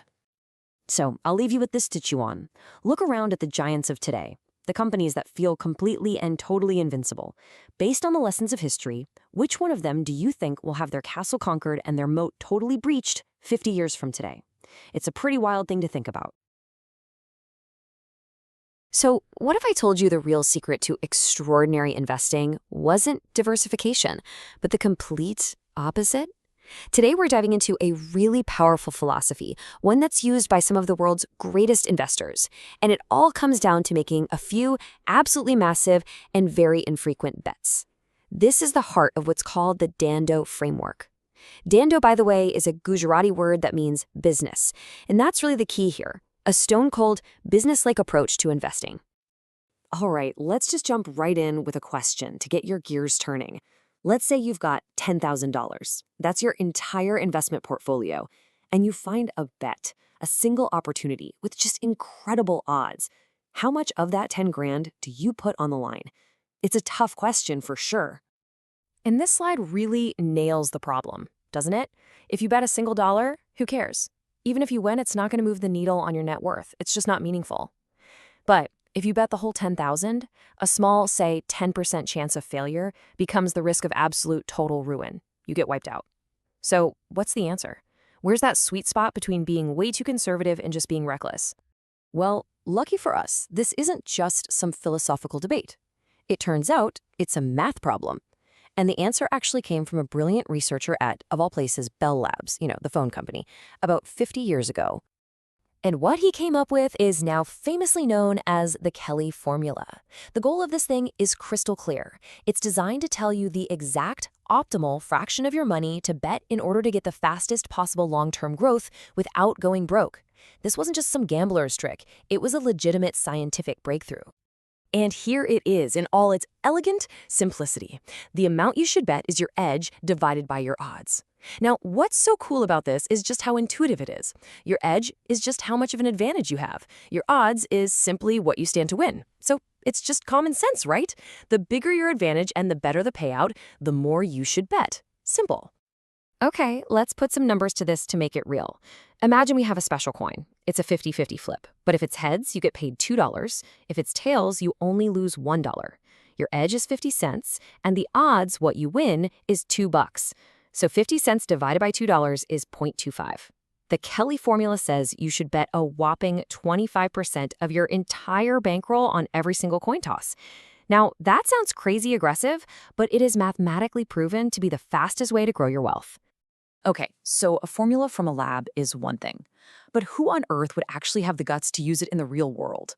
Well, that brings us to the first hero of our story, a math professor named Ed Thorpe, who took this very theory and used it to basically conquer two of the biggest casinos in the world, Las Vegas and Wall Street. And Thorpe's whole philosophy is just perfectly summed up by this killer quote from Charlie Munger. It's not about being in the game all the time. Nope, it's about having the discipline to wait for those super rare moments when the odds are just overwhelmingly in your favor, and then having the courage to bet really, really big. So how did he do it? Man, it was this brilliant, almost like a heist plan. First, he used the giant mainframe computers at MIT to figure out the perfect way to play every single hand in blackjack. Second, he mastered card counting, so he knew exactly when the deck was hot and the odds shifted in his favor. And here's the kicker. Step 3, he used the Kelly formula to calculate precisely how much more to bet when he had that edge. The result? He systematically destroyed the casinos. But, the casinos back then, they were mob-run, and they were not exactly thrilled about a guy who could consistently win. They politely showed him the door. So Thorpe had this amazing aha moment. He realized there was a much bigger, much better casino out there, the New York Stock Exchange, a place with no table limits, where the house was actually civil about you winning, and most importantly, a place where you could find even better odds than in Vegas. And his success was just staggering. He started a hedge fund that cranked out 20% annual returns for 2 straight decades with super low risk. Get this, he even developed his own version of the famous Black-Scholes options pricing model years before it was ever published. He literally walked away from a $300,000 a year blackjack career because he was making over $6 million a year applying the exact same logic to the stock market. Now you might be thinking, okay, that's a math genius, a gambler. What about a pure investor? Well, that brings us to our second hero, the man himself, Warren Buffett, who proves this isn't just some quant strategy. It's a core principle of deep value investing. Back in 1963, Warren Buffett took 40% of his partnership's money, which was pretty much everything he had in the world, and he dumped it all into one single stock, 40%. Just let that sink in for a minute. We're all taught to diversify, right? Spread your risk. This is the absolute opposite of that. This is radical, razor-sharp concentration. So what on earth could possibly justify a bet that huge? It was a crazy scandal. A company had borrowed a ton of money from American Express against warehouses that were supposedly filled with valuable salad oil. Well, it turned out the vats were mostly full of seawater. Amex announced this huge $60 million loss, and the market absolutely panicked. The stock got cut in half, just like that. Everyone was sprinting for the exits. But Buffett, he smelled an opportunity. He went out and did the hard work, the real research, and he realized the company's main businesses, travelers' checks and credit cards, were totally fine. They were unaffected. This quote explains his thinking perfectly. You only make a bet this big when you are almost certain you're right, and there's a tiny, tiny chance of losing money permanently. And you know what? History was totally on his side. This table is fascinating. It shows how the Dow Jones has performed right after major crises. We're talking wars, financial panics, you name it. Just focus your eyes on the mean and median rows down there at the bottom. Check this out. Just 22 days after a crisis hits, the market on average is already back up between 7 and 9%. Fast forward about 6 months, and it's up a staggering 18 to 19%. Buffett knew exactly what this data shows. Markets freak out in the short term, but rational value almost always wins out in the long run. So, what do we have here? We've got a mathematician gambler and the greatest value investor of all time, both arriving at the exact same conclusion from totally different angles. So let's see how this all comes together in an actual playbook for what we call the Dhandho investor. And remember, Dhandho is all about that smart, business-like approach to building wealth. And here it is, the core mantra. It's so simple, but it is so powerful. Few bets, big bets, infrequent bets. Instead of spreading your money like butter across hundreds of mediocre ideas, you find a tiny number of truly exceptional ones, you invest a meaningful amount of capital, and you wait patiently for those chances to show up. And this slide just lays out the difference perfectly. Look at the average mutual fund. It holds over 77 different stocks, and its top 10 biggest positions are barely a quarter of the portfolio. It's constant trading, constant churning. The Dhandho investor, they might have 80% of their entire portfolio in just 5 ideas. It's the difference between trying to own the whole haystack versus just finding the few sharpest needles. Okay, so how does this actually work in practice? Let's get down to it. Say you find a few great uncorrelated ideas. The Pure Kelly formula might tell you something wild, like bet 80% on your best idea, 70% on your next best, and so on. Now, obviously, you can see the total adds up to way more than 100%, which is impossible. This is just the pure theoretical maximum. So, what do? You scale it down to reality. This is what a real-world Dhandho portfolio might actually look like. You take those theoretical maximums and you just allocate them proportionally to add up to 100%. So your best idea gets 20%, the next gets 17%, and so on. Your top 4 or 5 ideas still make up the vast, vast majority of your portfolio. This is how you get concentration, but with a smart, built-in margin of safety. And here's the really crucial part. A lot of people hear concentration, and they immediately think insane risk. But this approach actually tames volatility. By scaling down and holding a handful of great uncorrelated ideas, you can have a concentrated portfolio that's actually low risk. I mean, the Buffett partnership famously never had a single losing year. And this also protects you because, hey, what if your third best idea turns out to be the big winner? It's still a big enough position to make a huge difference to your bottom line. So all of this leaves us with one final question. A question for you, actually. When you look at your own investments, have you built a portfolio that's designed to seize those rare, high-probability opportunities for truly exceptional returns? Or are you like most of the market, just diversifying your way into mediocrity? It's a powerful thought to end on. Welcome to The Explainer. All right, let's talk about something every investor dreams of. High returns with, and I mean this, almost zero risk. It sounds impossible, right? But it's actually a mindset, a framework that some of the sharpest minds in business use, and it all comes down to finding a simple, absolutely unbeatable bet. So let's start with this idea right here. Just think about it for a second. Imagine a bet, any bet, a coin toss, a business venture, where the absolute worst thing that can happen is you just get your money back. That's it. That's the core of what we're digging into today. It's a way of looking for opportunities where your downside is completely covered, but your upside, well, that could be massive. The technical name for this is arbitrage. Now, at its heart, it's really simple. You're basically on the hunt for an inefficiency in the market. Maybe it's a price difference for the same thing in two different places, or maybe it's a product or service that people desperately need, but nobody is offering. You spot that gap, and you step in to capture the value. It's a fundamental tool that some of the best investors on the planet have mastered. Okay, so here's our roadmap. We've just talked about the heads I win bet. Next, we'll look at the classic arbitrage plays you hear about on Wall Street. Then we're going to get into the Dhandho arbitrage secret. This is the good stuff for entrepreneurs. From there, we'll see how you build an arbitrage moat, and finally, we'll ask the million-dollar question. How long can any of this possibly last? All right, first up, the classic plays. Think of these as the textbook examples, the kinds of arbitrage you'd see in the financial markets.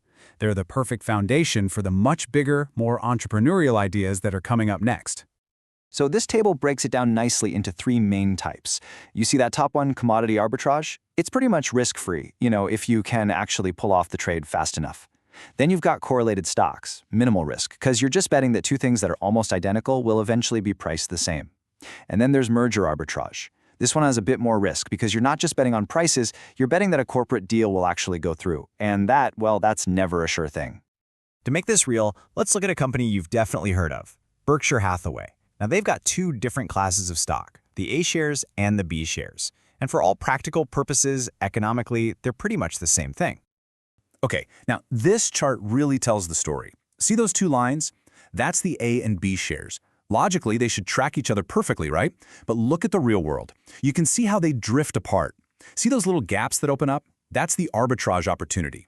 We're talking small differences, maybe 1%, but for traders, that's a low-risk chance to buy the cheaper one, sell the expensive one, and just wait for that gap to close. All right, so now we're going to pivot. We're moving from the trading floors of Wall Street to Main Street. This is about how arbitrage isn't just for traders, it's for entrepreneurs. And this is where we get into this really cool idea of low risk but high uncertainty. What does that mean? It means you know for a fact your downside is tiny. But the upside? Who knows? It could be absolutely enormous. This is what we call Dhandho arbitrage. Dhandho is a Gujarati word, and it basically means endeavors that create wealth.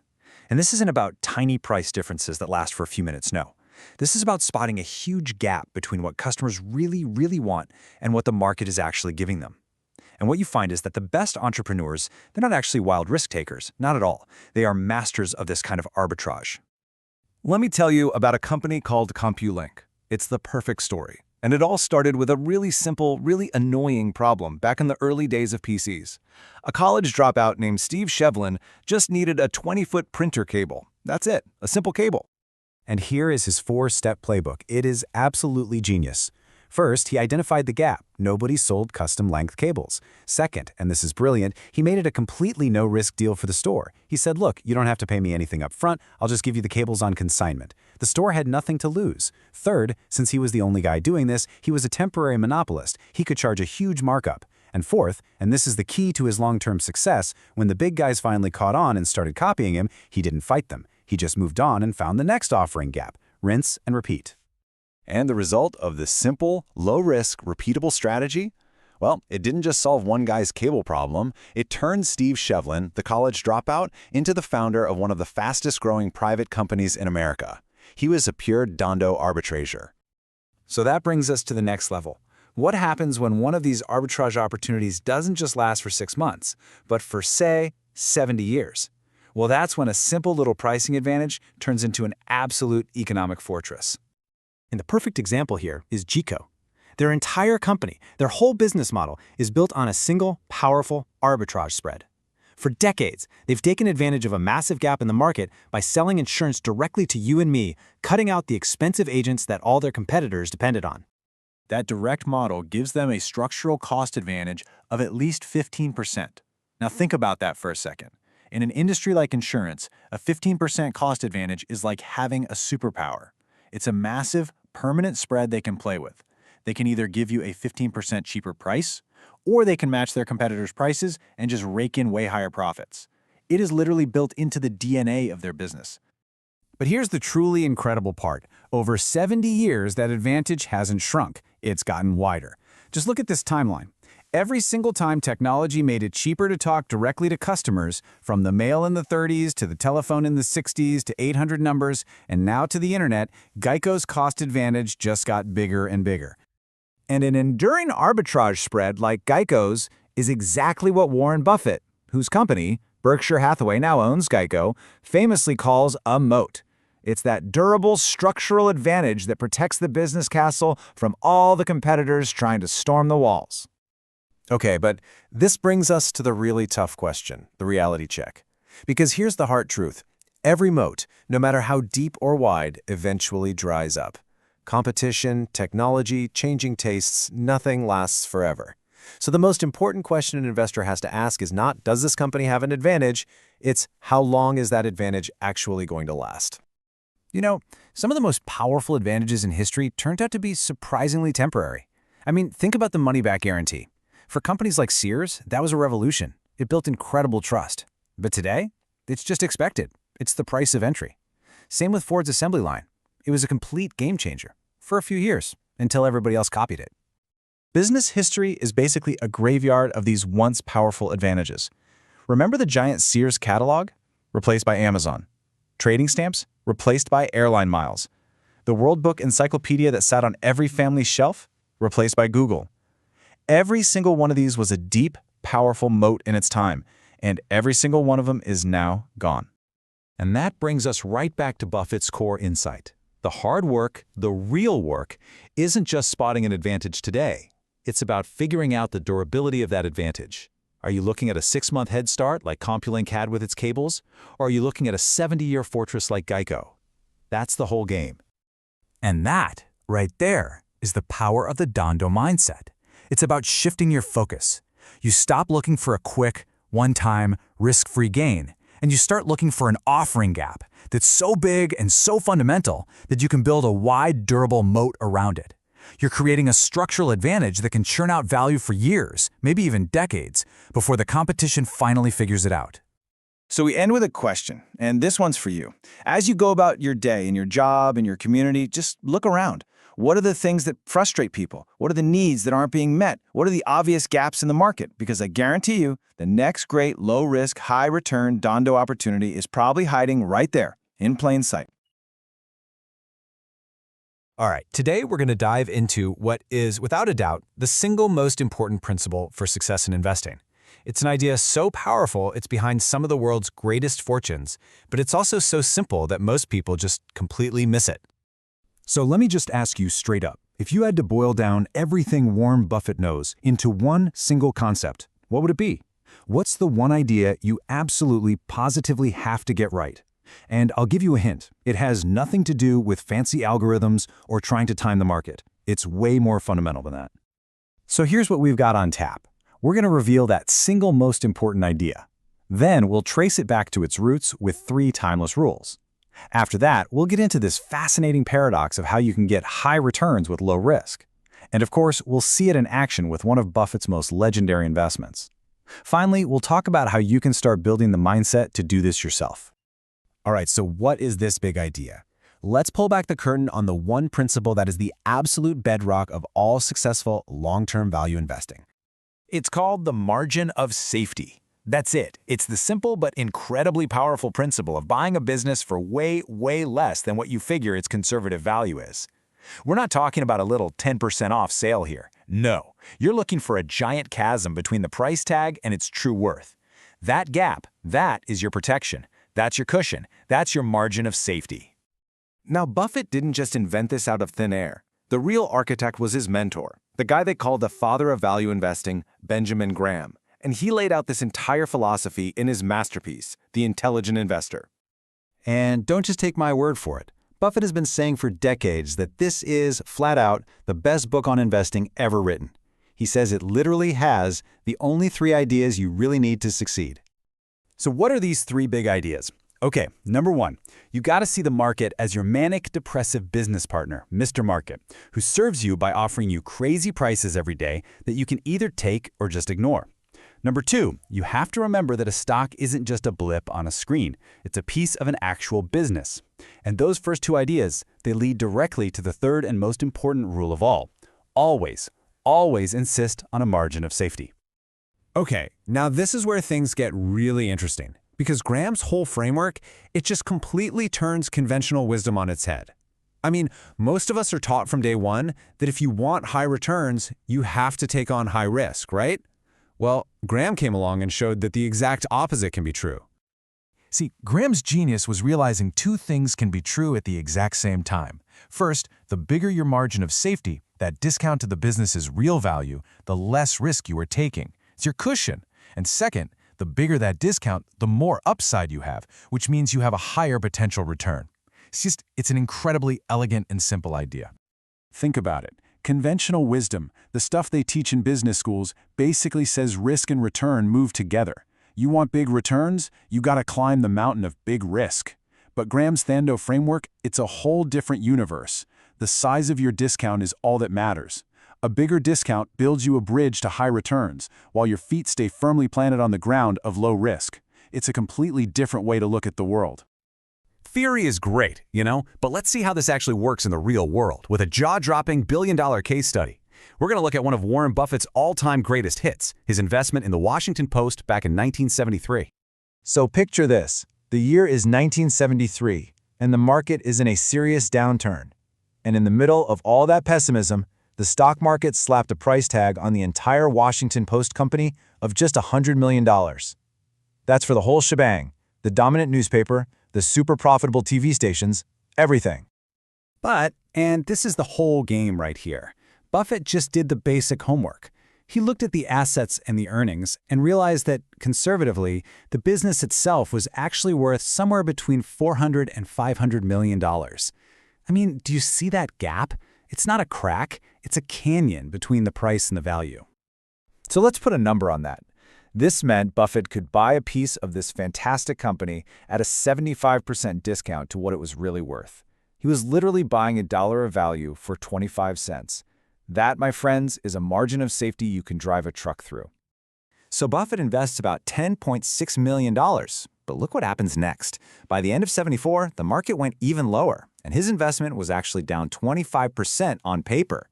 Now, this is the point where most people would panic and sell, but Buffett knew the business was just fine, so he sat tight. And 33 years later, that little $10.6 million investment was worth over 1.3 times billion dollars.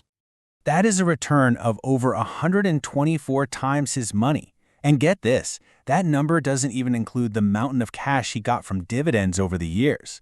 That's the mind-bending power of finding a huge margin of safety and just having the patience to let it work.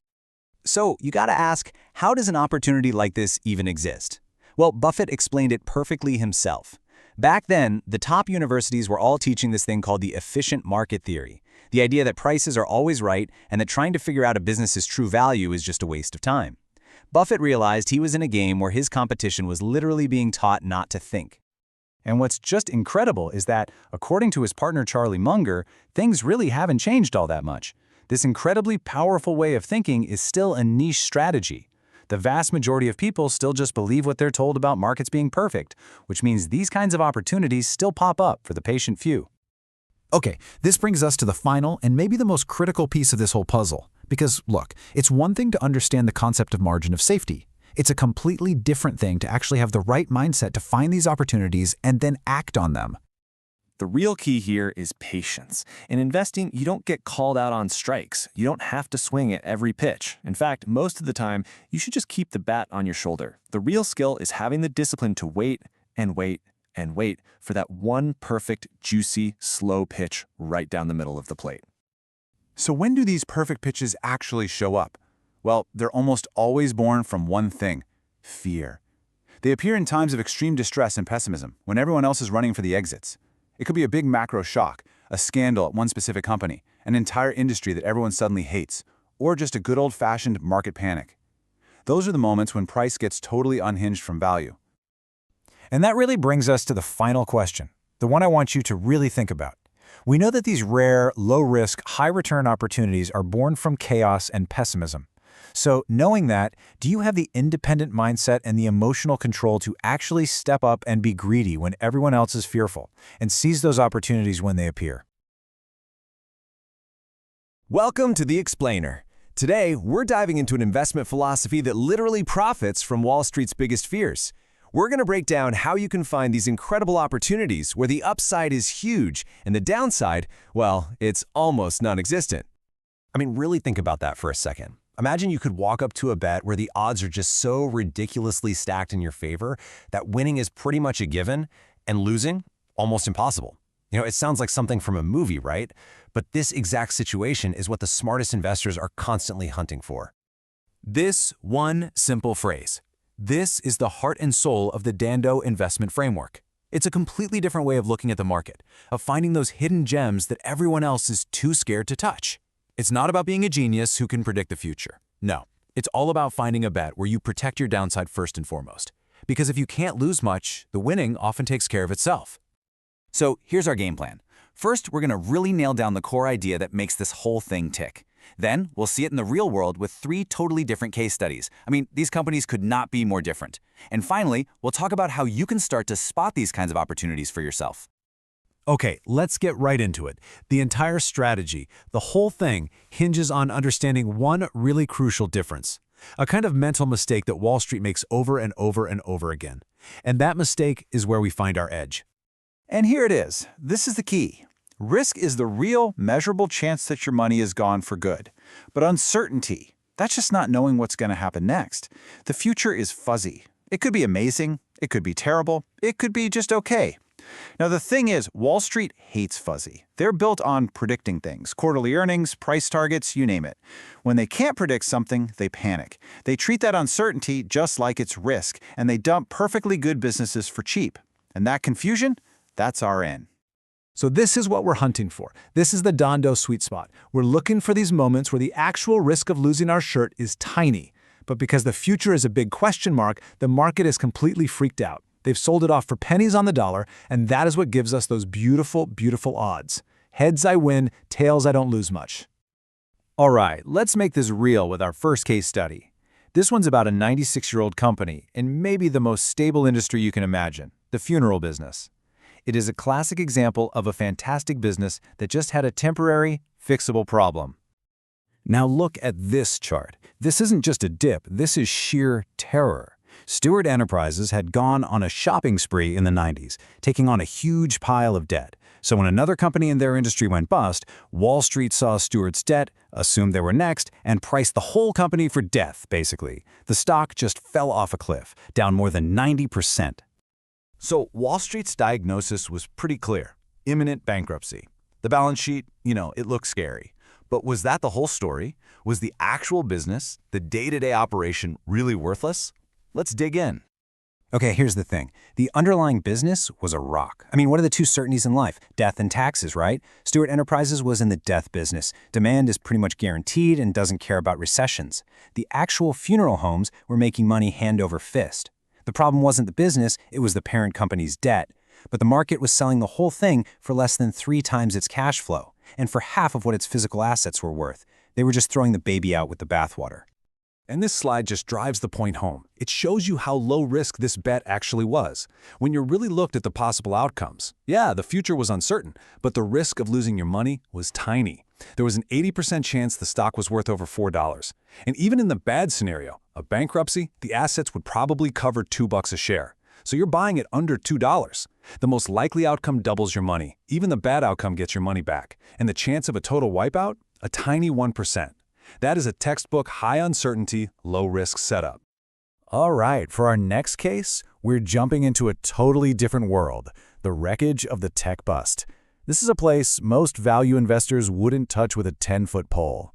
But the big opportunity here wasn't about the tech. It was about the character of the guys running the show. So the market saw this telecom company, Level 3, burning through cash during the dot-com crash and just assumed the worst was a done deal. So they created this massive fire sale on its debt, pricing its bonds as if default was 100% guaranteed. So this is where it gets really interesting. The key to this investment wasn't in some complex financial model. It was in the integrity of the people in charge. When a guy like Walter Scott Jr., who's on the board of Berkshire Hathaway, gives his word, that means something. That's an asset you can't see on a balance sheet, but believe me, it's real. The markets, computers, and algorithms, they can't quantify integrity, so they just ignored it completely. They marked it down to zero. And this is the absolute kicker. The bonds were trading so incredibly cheap. At one point, you could buy them for 18 cents on the dollar, that just the interest payments alone would pay back everything you invested in about 3 years. And even the most pessimistic analysts figured the company had at least 3 years of cash left, so you'd get your entire investment back before the company could even possibly go bankrupt. Everything after that was pure upside. Another perfect heads I win, tails I don't lose much situation. Okay, for our final case study, we're looking at one of the most brutal up-and-down industries you can find, oil tankers. This is a business where one year you're making huge profits, the next you're bleeding cash. It creates the most uncertainty you can possibly imagine. And boy, you can see that wild ride right here. Back in 2002, a recession hit. Demand for shipping oil dried up, and the rental rates for these tankers just completely collapsed. Frontline was losing a ton of money. So the market saw those current losses, panicked, and just fled, absolutely crushing the stock. But what they missed was this predictable built-in feedback loop in the industry. This is this beautiful, kind of counterintuitive cycle. The industry's sickness is also its cure. See, the very thing causing all the pain, those rock-bottom rental rates, was also planting the seeds for a massive rebound. Every old, inefficient ship that got sent to the scrapyard was one less competitor for Frontline when things turned around. The market was only looking at the pain of today. It was totally blind to the massive pleasure that was inevitably coming in the future. And this chart just lays the disconnect bare. It's kind of crazy when you look at it. The market was selling shares for just $3, but the liquidation value, what the actual ships were worth, even in a bad market, was over $11 a share. You could buy the entire company for less than a third of what its assets were worth. You were basically buying $1 worth of steel for less than 30 cents. The timing of the recovery? Yeah, that was uncertain. But the value of the assets? Rock solid. That's your safety net. So what's the big takeaway here? We've looked at a funeral home operator, a telecom company, and an oil shipper. I mean, what on earth do a cemetery, a fiber optic cable, and a giant supertanker have in common? It really boils down to one simple thing: irrational fear. In every single one of these cases, a huge wave of panic about the future, about the uncertainty, caused everyone to run for the exits. And that created an opportunity to buy really valuable assets for a fraction of what they were actually worth. The whole trick was to calmly look past the panic and figure out the actual risk of losing your money for good, which in all three cases was incredibly low. I absolutely love this analogy. Just think of the market as a crowded theater. Somebody smells a little smoke and yells fire, and suddenly everybody stampedes for the exits. They don't care if they had a front row seat or a cheap one in the back, they just want out, and they'll sell their ticket for any price. Your job is to be the person who calmly walks in, checks to see if there's a real fire, and if there isn't, you just start buying up all those cheap tickets from the terrified crowd. And that really leads to the final and most important question. This isn't just about history. This is about what's happening right now. Which industries, which companies are people fleeing from today out of fear? By reading everything you can, thinking for yourself, and having the patience to wait, you can find that next low-risk, high-uncertainty bet. You can find that next theater where you can confidently say, heads I win, tails I don't lose much. Look for the fear, find the facts, and then just wait for that perfect pitch. The market will give you the opportunity.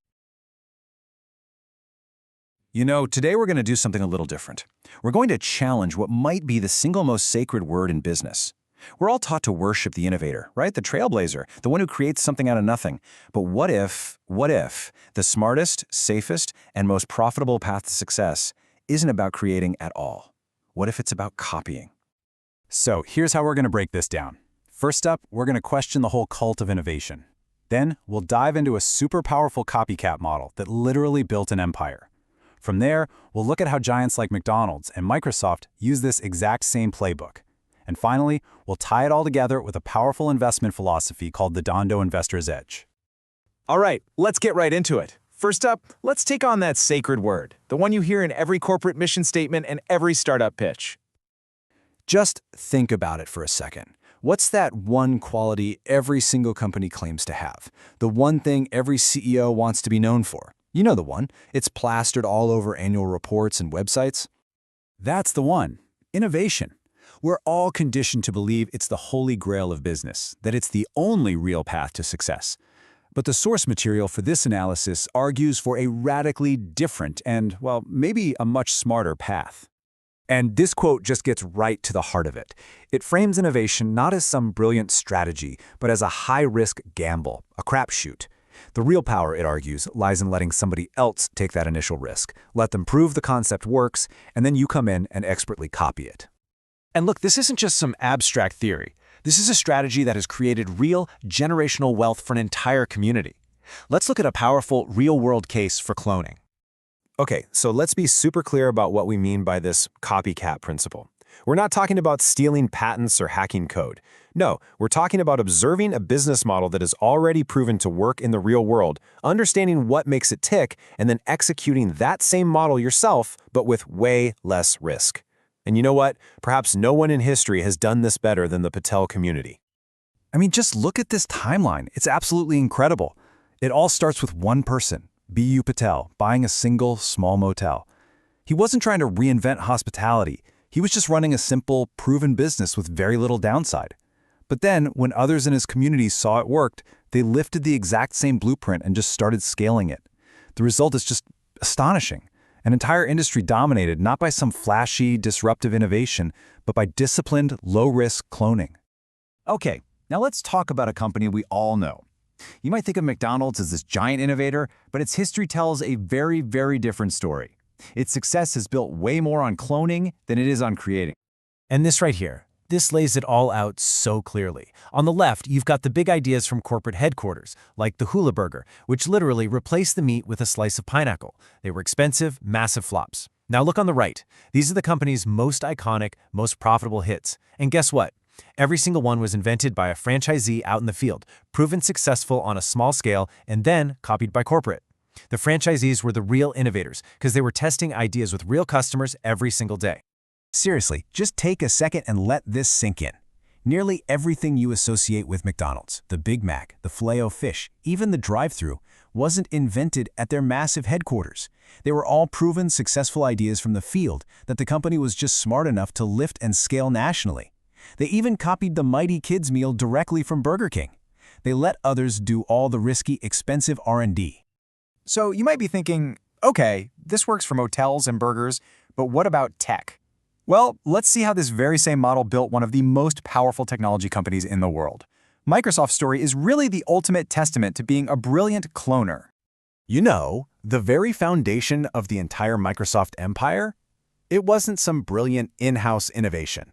When IBM needed an operating system for its new PC, Microsoft didn't even have one. So instead of trying to build it from scratch, they went out and just bought a quick and dirty operating system for $50,000. They polished it up, slapped a new name on it, MS-DOS, and licensed it to IBM. That one single transaction changed everything. They didn't innovate, they acquired and they scaled. So what happened next? Well, Bill Gates goes over to Apple and he sees the future. He sees their revolutionary graphical interface and the mouse. Did he go back to his team and try to invent something totally different? Nope. He recognized a world-changing innovation when he saw it, and his team immediately got to work cloning the entire concept. And the result? Microsoft Windows, which brought that GUI to the masses and cemented Microsoft's dominance for decades. And this wasn't a one-off. The pattern just kept repeating over and over again. Lotus 1-2-3 was the undisputed king of spreadsheets until Microsoft cloned it with Excel. WordPerfect dominated word processing until Word came along. And when Netscape basically created the web browser, Microsoft was caught totally flat-footed. So what did they do? They simply licensed a browser, turned it into Internet Explorer, and then used their Windows monopoly to absolutely crush the innovator. The strategy was crystal clear. Let someone else prove the market, then move in to conquer it with superior distribution. So we've seen this copycat model work for motels, burgers, and software. But can you actually apply it to investing? Well, the author of our source material, Mohnish Pabrai, argues absolutely yes. He built his entire, very successful investment fund by shamelessly cloning the operating model of the greatest investor of all time, Warren Buffett. And the first, most critical thing he cloned was Buffett's original fee structure. Just look at this table. In a good year, with 10% returns, it holds its own. It's pretty competitive. But now look at a mediocre year, one with just 5% returns. That's where the genius of this model really shines. Under the Buffett model, the investor keeps that entire 5%. But in a typical hedge fund, fees would eat up nearly half of that return. This simple structure makes sure the manager only gets rich if the investors get rich first. It's perfect alignment and a huge competitive advantage. But listen, it was way more than just the fees. Pabrai basically cloned Buffett's entire operating system, piece by piece. First, fair fees. Second, the manager has to have their own skin in the game as the largest investor. Third, no public portfolio disclosure, which protects independent thought. Fourth, concentrated bets on only your best ideas. Fifth, having the right kind of long-term investors. Sixth, a team of one to make tough, contrarian decisions. And finally, reporting that focuses on the long-term business. He just lifted the entire proven blueprint. And that point about the team of one, it's probably the most counterintuitive and powerful idea of them all. A team of one? Why would you do that? Well, because true value investing is often a lonely and contrarian business. It requires you to buy what everybody else hates. A committee will almost always compromise. They'll shy away from putting 40% of a fund into some distressed, unloved company. But a single rational investor with real conviction, they can make that bet. This structure isn't designed for consensus, it's designed for conviction. Okay, so let's tie all of this together. We've talked motels, burgers, software, investing.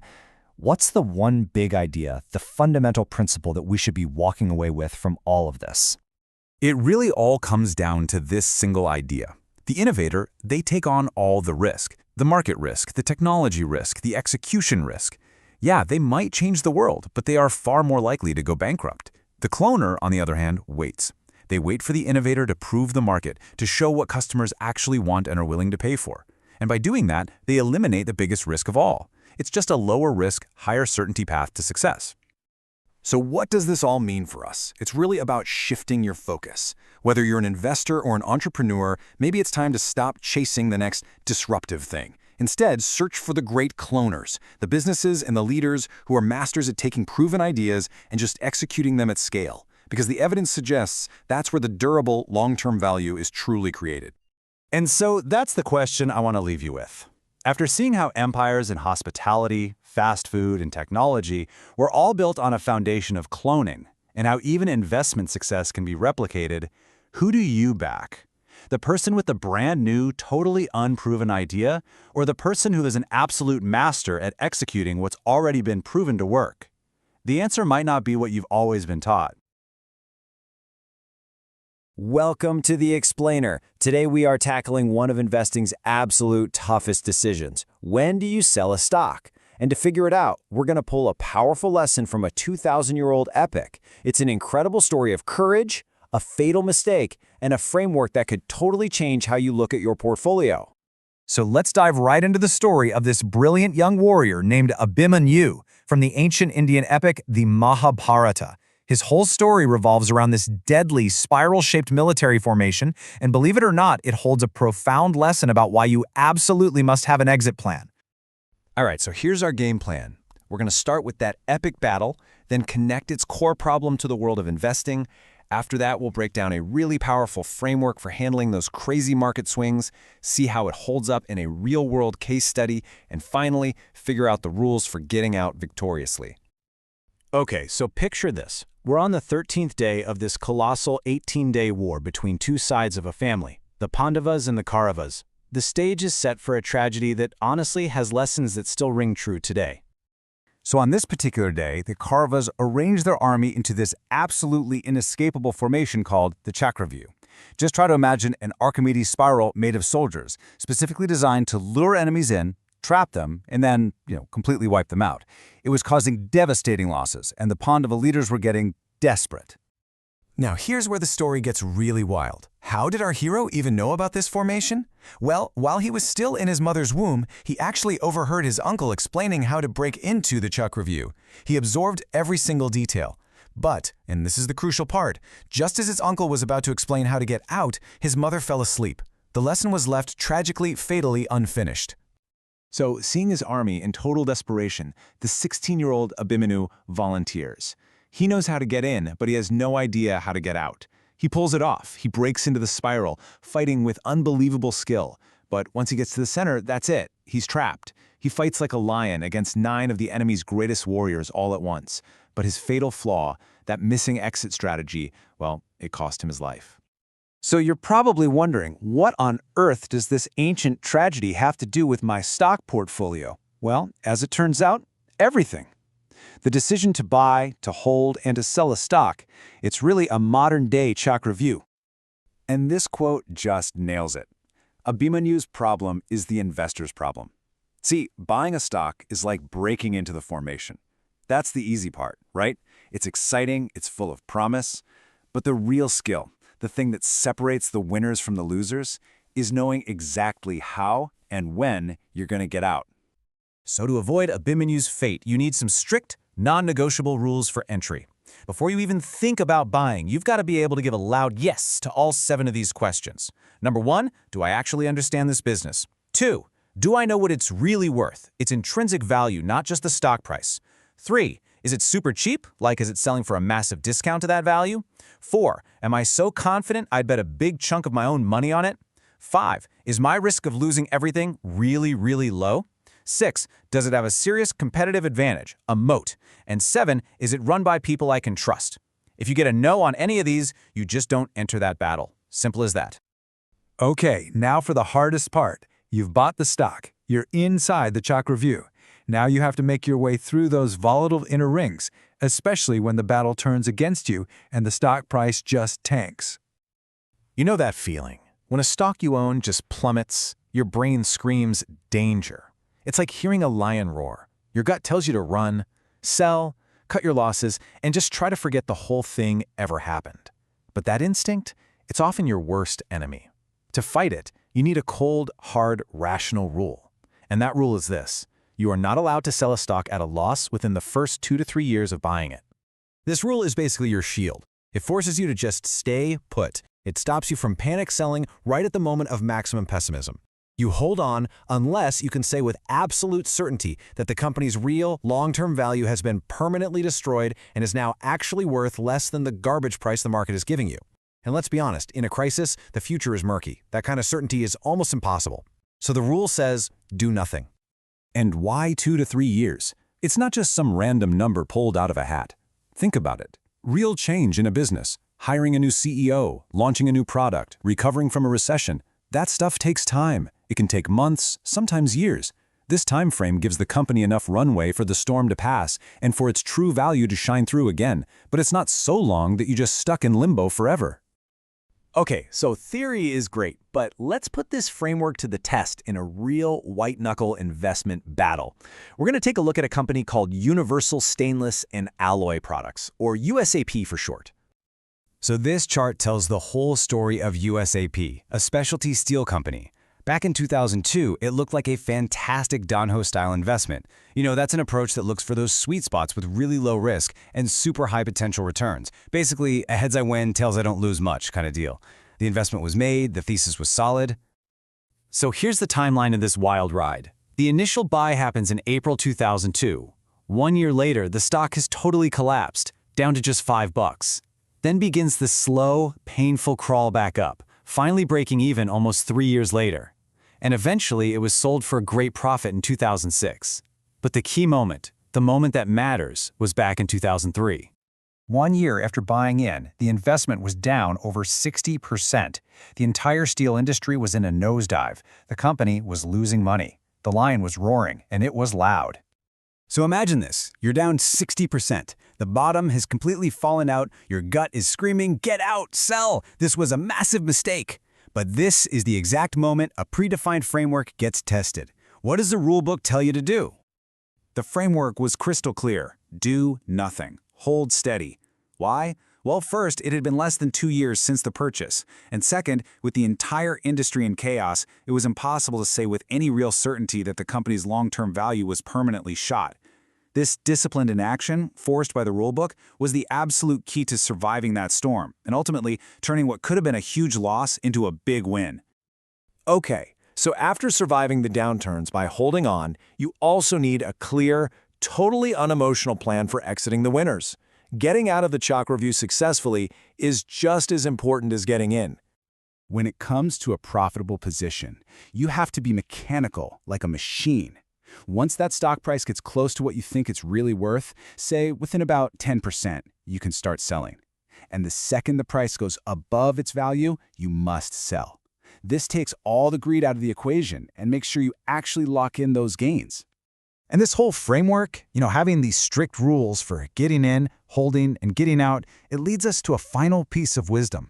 And who better to hear it from than Warren Buffett on how many battles you should even fight in the first place. His advice? Intense focus. Instead of getting trapped in dozens of different battle formations at once, real success comes from knowing just a few businesses incredibly well. And he illustrates this perfectly with his punch card analogy. Just imagine you only get to make 20 investment decisions in your entire life. You would be unbelievably careful about each one, wouldn't you? You'd wait for that perfect pitch, that perfect opportunity where the odds are just massively in your favor. And that's the mindset. Make few bets, make big bets, and make them infrequently. And that right there is the crucial point that brings us all the way back to our tragic hero. Unlike Abinu, who is forced into a fight he literally could not win, we as investors have an unbelievable advantage. We get to choose which battles we fight from thousands of options. We can wait patiently for the perfect moment to enter, and most importantly, we can learn his lesson and have a crystal clear exit plan before we ever even think about stepping onto the battlefield. Every single investor, sooner or later, runs smack into the exact same question. Do you just buy an index fund, take the market's average, and call it a day? Or do you try to do better? Today, we're going to find out if better is even on the table. First things first, we have to start with a hard truth, what the source material calls a law of investing. Because of frictional costs, things like management fees, trading expenses, it is a mathematical guarantee that the average active investor will lose to a simple, low-cost index fund. It's the default strategy for a very, very good reason. But wait a minute, does that mean the game is just over? If most people can't beat the market, does that mean that nobody can? Is just settling for average really the best we can possibly do? Well, that is the big question we're digging into today. All right, so here's our game plan. First, we're going to really get why indexing is so powerful. Then, we'll meet the absolute legends who proved you can beat the market. After that, we'll unlock the actual formula one of them used, figure out how to put it to work, and finally, I'll show you exactly where you can go hunting for these deals yourself. Okay, first up, let's really get into the weeds on the case for indexing. Honestly, it's so strong that it creates this real paradox for anyone who wants to try and get ahead. So here's the key thing to understand. All the professional money managers, when you lump them all together, they are the market. So before you factor in any costs, about half of them will do better than average and half will do worse. Simple enough, right? But the moment you add in those frictional costs, the fees they charge you, the cost of all that buying and selling, the whole thing tips over. The average active dollar is now guaranteed to underperform. And the numbers, oh man, the numbers don't lie. Over the long run, over 80% of professional money managers fail to beat their own benchmark index. Just let that sink in. We're talking about the smartest folks in the business with all the resources in the world, and the huge majority of them can't even keep up with a plain vanilla S&P 500 fund. But what about that other 20%? This is where it gets interesting. This brings us to the giants, that small, rare group of investors who have consistently, and I mean spectacularly, demolished the market for decades. They're the living proof that it can be done. Just look at David Swensen, the legendary manager of the Yale Endowment. Over 20 years, the guy delivered an annualized return of 16.1%. He absolutely crushed the S&P 500's 12.3%. And he did it by being super unconventional, diving into things like private equity and really concentrated value funds. And this is where the paradox comes in. It's fascinating. Despite his own mind-blowing success as an active manager, Swensen's advice for regular people like you and me? just stick with index funds. He thinks the game is just too tough for most of us to win. But what if we could borrow the playbook from the winners? And that leads us perfectly to our next giant, Joel Greenblatt. For a 20-year stretch, he pulled off an annualized return of 40%. That's not a typo. 40. That is a truly ridiculous number that puts him in the same stratosphere as a young Warren Buffett. To really put that in perspective for you, his first decade was even crazier. He averaged 50% a year. And this shows you the insane power of compounding. At that rate, every single dollar you invested would have turned into more than $57 in just 10 years. So, the big question is, how in the world did he do it? This is it. This is the heart of the matter. See, Greenblatt didn't just get lucky. He actually boiled down his entire approach into a simple, mechanical system that anybody can get their head around. And he called it the magic formula. The whole idea behind it is incredibly simple and totally timeless. It comes straight from guys like Benjamin Graham and Warren Buffett. The goal is just to systematically find and buy good businesses, but only when they're on sale. It's all about buying things for less than they're worth. So the formula breaks this down into two super simple metrics. First, how do we spot a good company? Easy. We look for a high return on capital. That's just a fancy way of asking, how good is this company at turning money into more money? And second, how do we find a cheap price? We look for a high earnings yield, which is really just the P/E ratio flipped upside down. It tells you how much profit you're getting for the price you're paying. And here's the mechanical beauty of the whole thing. The system takes thousands of stocks and ranks every single one of them on both of those metrics. A company that's amazing at making profits gets a low rank number, like number 1. And a stock that's super cheap also gets a low rank. Then you just add the two ranks together. The companies with the absolute lowest combined score, those are your targets. The perfect mix of good and cheap. All right, so we've got the theory down, but how does an actual person, use this thing? Well, Greenblatt laid out a very specific, super disciplined system to make it happen. So here's what he recommends. You build a portfolio of about 25 to 30 of these magic formula stocks. But, and this is key, you don't buy them all at once. You buy a few of them every couple of months. Then, after you've held a stock for exactly 1 year, you sell it. And you replace it with a new company from the top of the formula's most recent list. It's a completely rigid, rinse and repeat process. The source material calls this an index on steroids, and that is the perfect way to think about it. By making all the buying and selling decisions totally mechanical, it takes our own worst enemies right out of the equation, fear and greed. The system forces you to buy when things might look a little scary and to sell methodically. That's where its real power comes from. Now, there are really two different ways you can use this. You can follow the system just like we laid out as a fully automated strategy that has historically just destroyed the market, or you can do what Greenblatt himself does and use the formula as a killer screening tool, a starting point to find a bunch of interesting companies that you can then do your own deep research on before you buy. The magic formula is an incredible tool, for sure, but it's just one pawn to fission.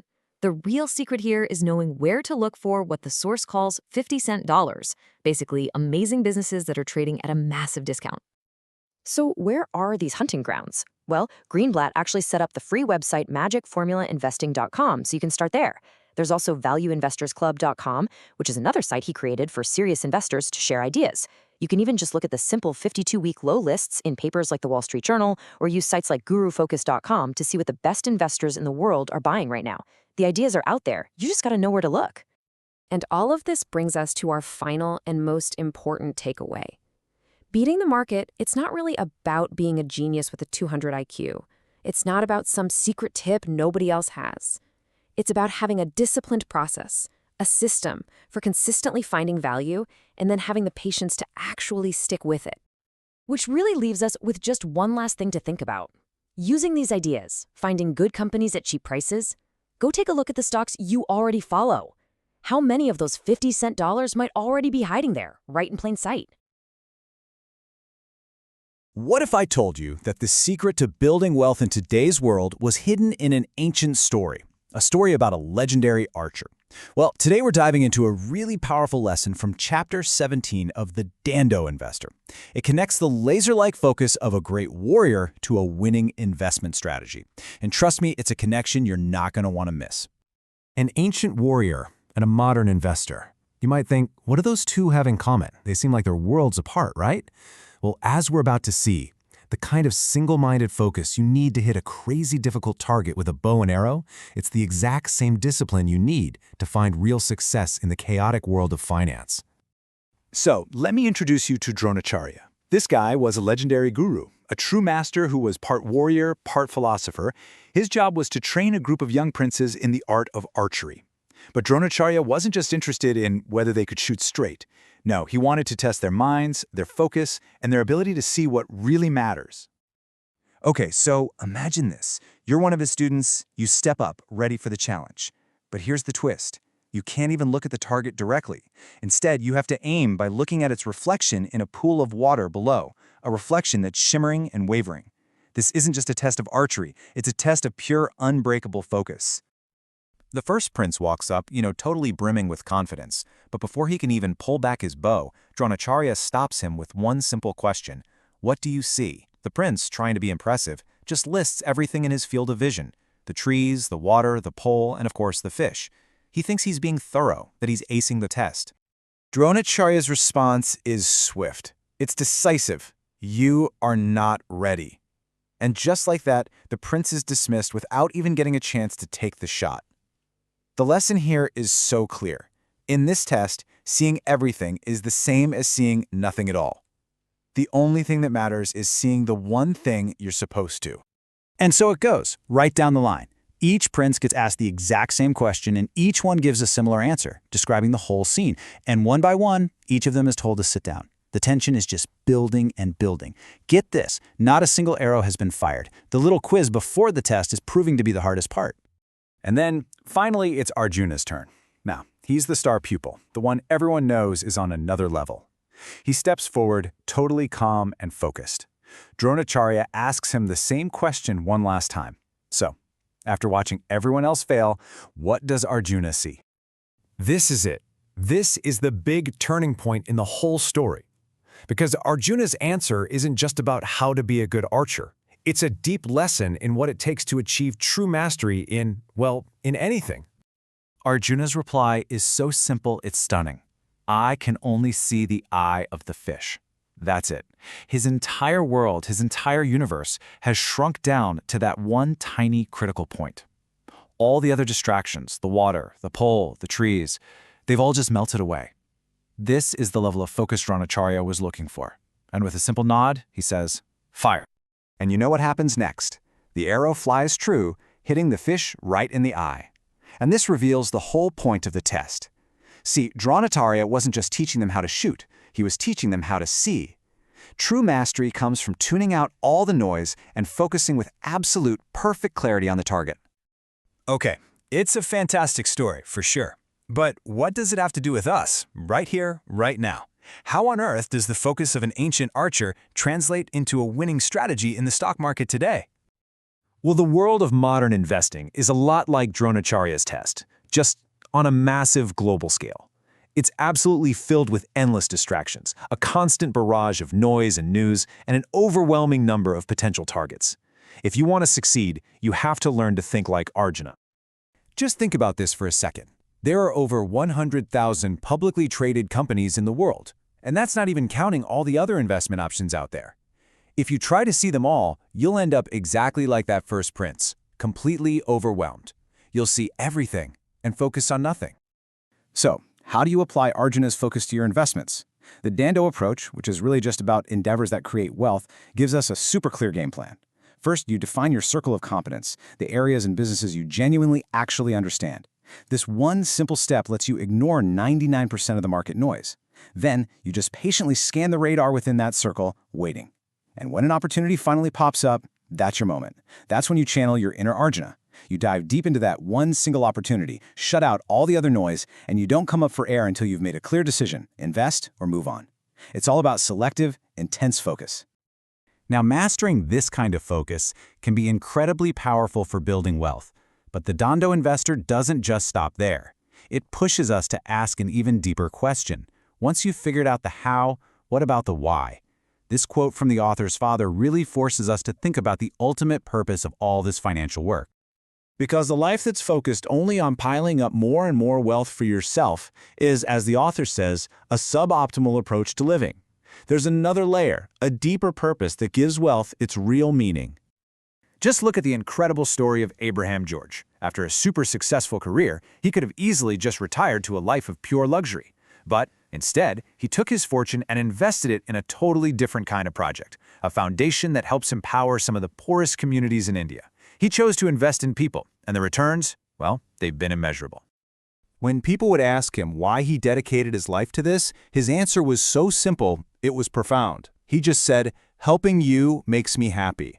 And this really gets to a fundamental truth. The deepest, most lasting happiness often comes not from what we get, but from what we give. This idea of finding a deeper kind of satisfaction leads us to the timeless wisdom of the poet Khalil Gibran, who wrote beautifully about the true essence of giving. Gibran's words really challenge our typical ideas about charity, don't they? He's basically saying that giving away your stuff, well, that's the easy part. True generosity, the kind that actually changes both the person giving and the person receiving, that comes from giving a piece of yourself, your time, your attention, your empathy. And then he goes even deeper. He describes the highest form of giving, an act that's so natural, so selfless. It's like a tree giving shade. The tree doesn't think about getting a reward or a pat on the back. It's not about feeling good about yourself. It's just about being a natural channel for generosity. And this is the final amazing insight. He says that, in truth, we aren't even the source of our own generosity. We're just witnesses. In his view, life itself is this constant force of giving, and our job is just to be open to let that generosity flow through us. So let's bring it all back home. The message here is crystal clear. Use these powerful focus techniques of Dhandho investing to build your wealth. Be like Arjuna. Focus on your target and succeed. But please, don't let that be the end of your story. So, as we wrap this up, here's the question I want to leave you with. The principles of Dhandho can absolutely give you the focus you need to win the financial game. But the real test, the more important test, begins after the game is over. What are you going to do with your victory? What will be your ultimate contribution?